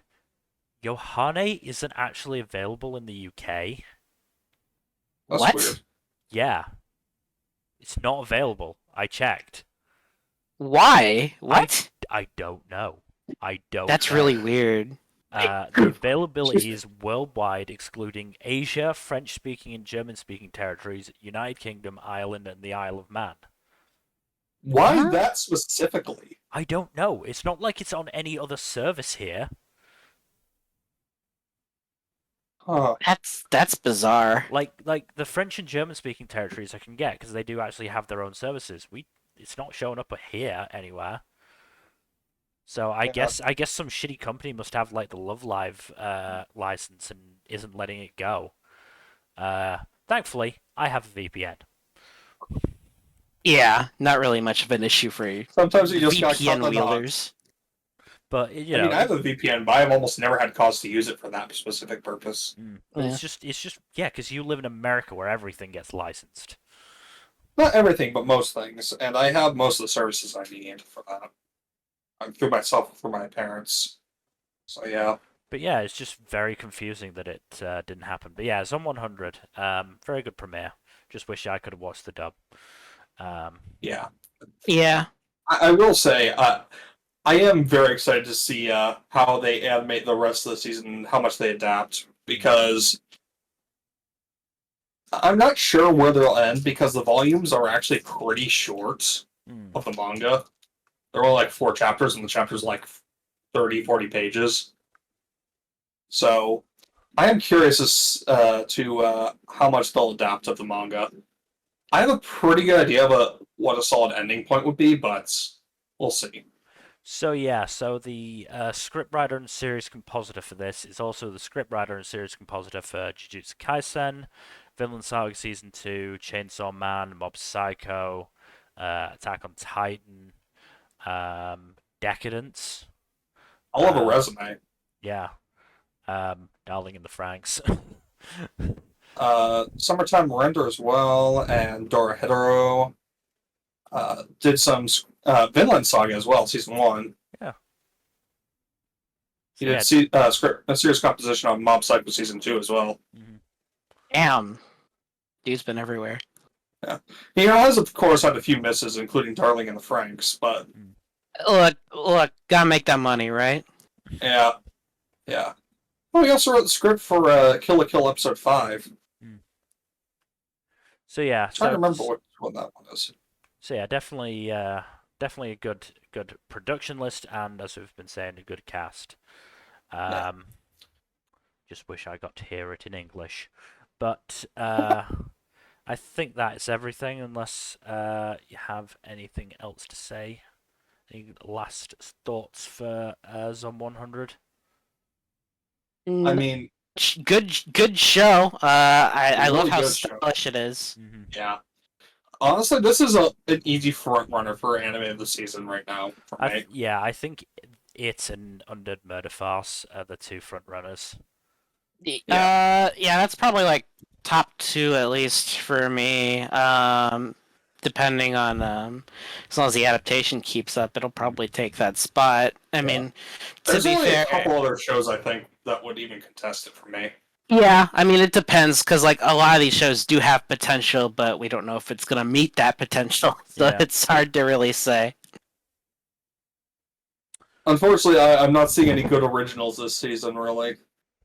I mean, Johanna, I guess, but I mean, that's still a franchise. yeah, but it is an original. To be fair, literally you know, everything else I'm seeing is an adaptation. yeah, you're right. Actually, Yeah. Mostly light novels and manga, but there's a couple of game and web manga adaptations as well. And novels. And proper novels, I mean. Yeah. Yeah. Yeah, I'm pretty sure that Johanna is and Ayaka. Ayaka is also an original. Yes, it is. oh yeah, Ayaka. Fingers crossed that holds up then. Don't want to end the streak of good originals. Was a good original last season? I God, they might not have been actually.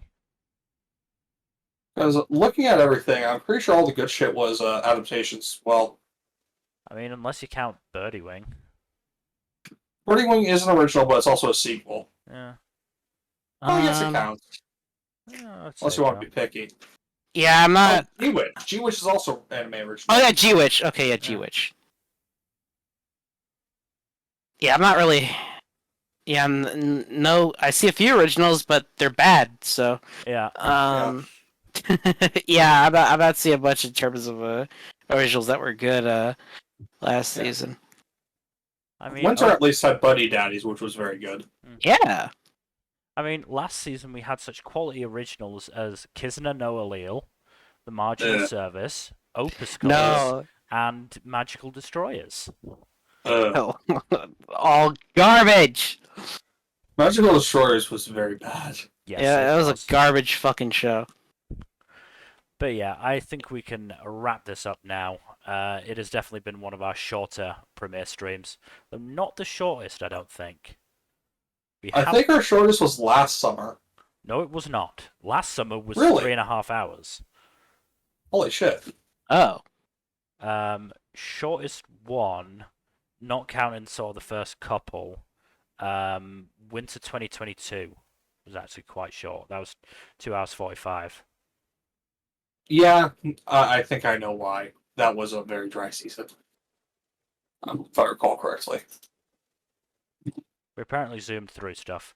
Oh yeah, no, that one was a very highs and lows type of season. Mm-hmm.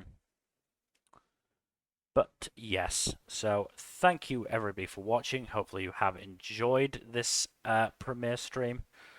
In terms of future stuff, tomorrow should be more D&D. Tuesday and Thursday will be more gaming. And if I just bring the schedule up, next Saturday, I believe we'll be talking about the Dresden Files. Talking about Ghost Story and side jobs. Boy, oh boy, that'll be a fun time. Of course, the week after that, we will be having our 3+ episode check-in for this summer season. So look forward to that if you're interested in the anime stuff. Otherwise, again, thank you for watching. Please do give us a follow here on Twitch and on Twitter at storytime_net. If you can see our tweets, of course, seeing as, Musk. Go elongated muskrat. And otherwise, we hope to see you tomorrow for more D&D. Good night. Later. Bye-bye.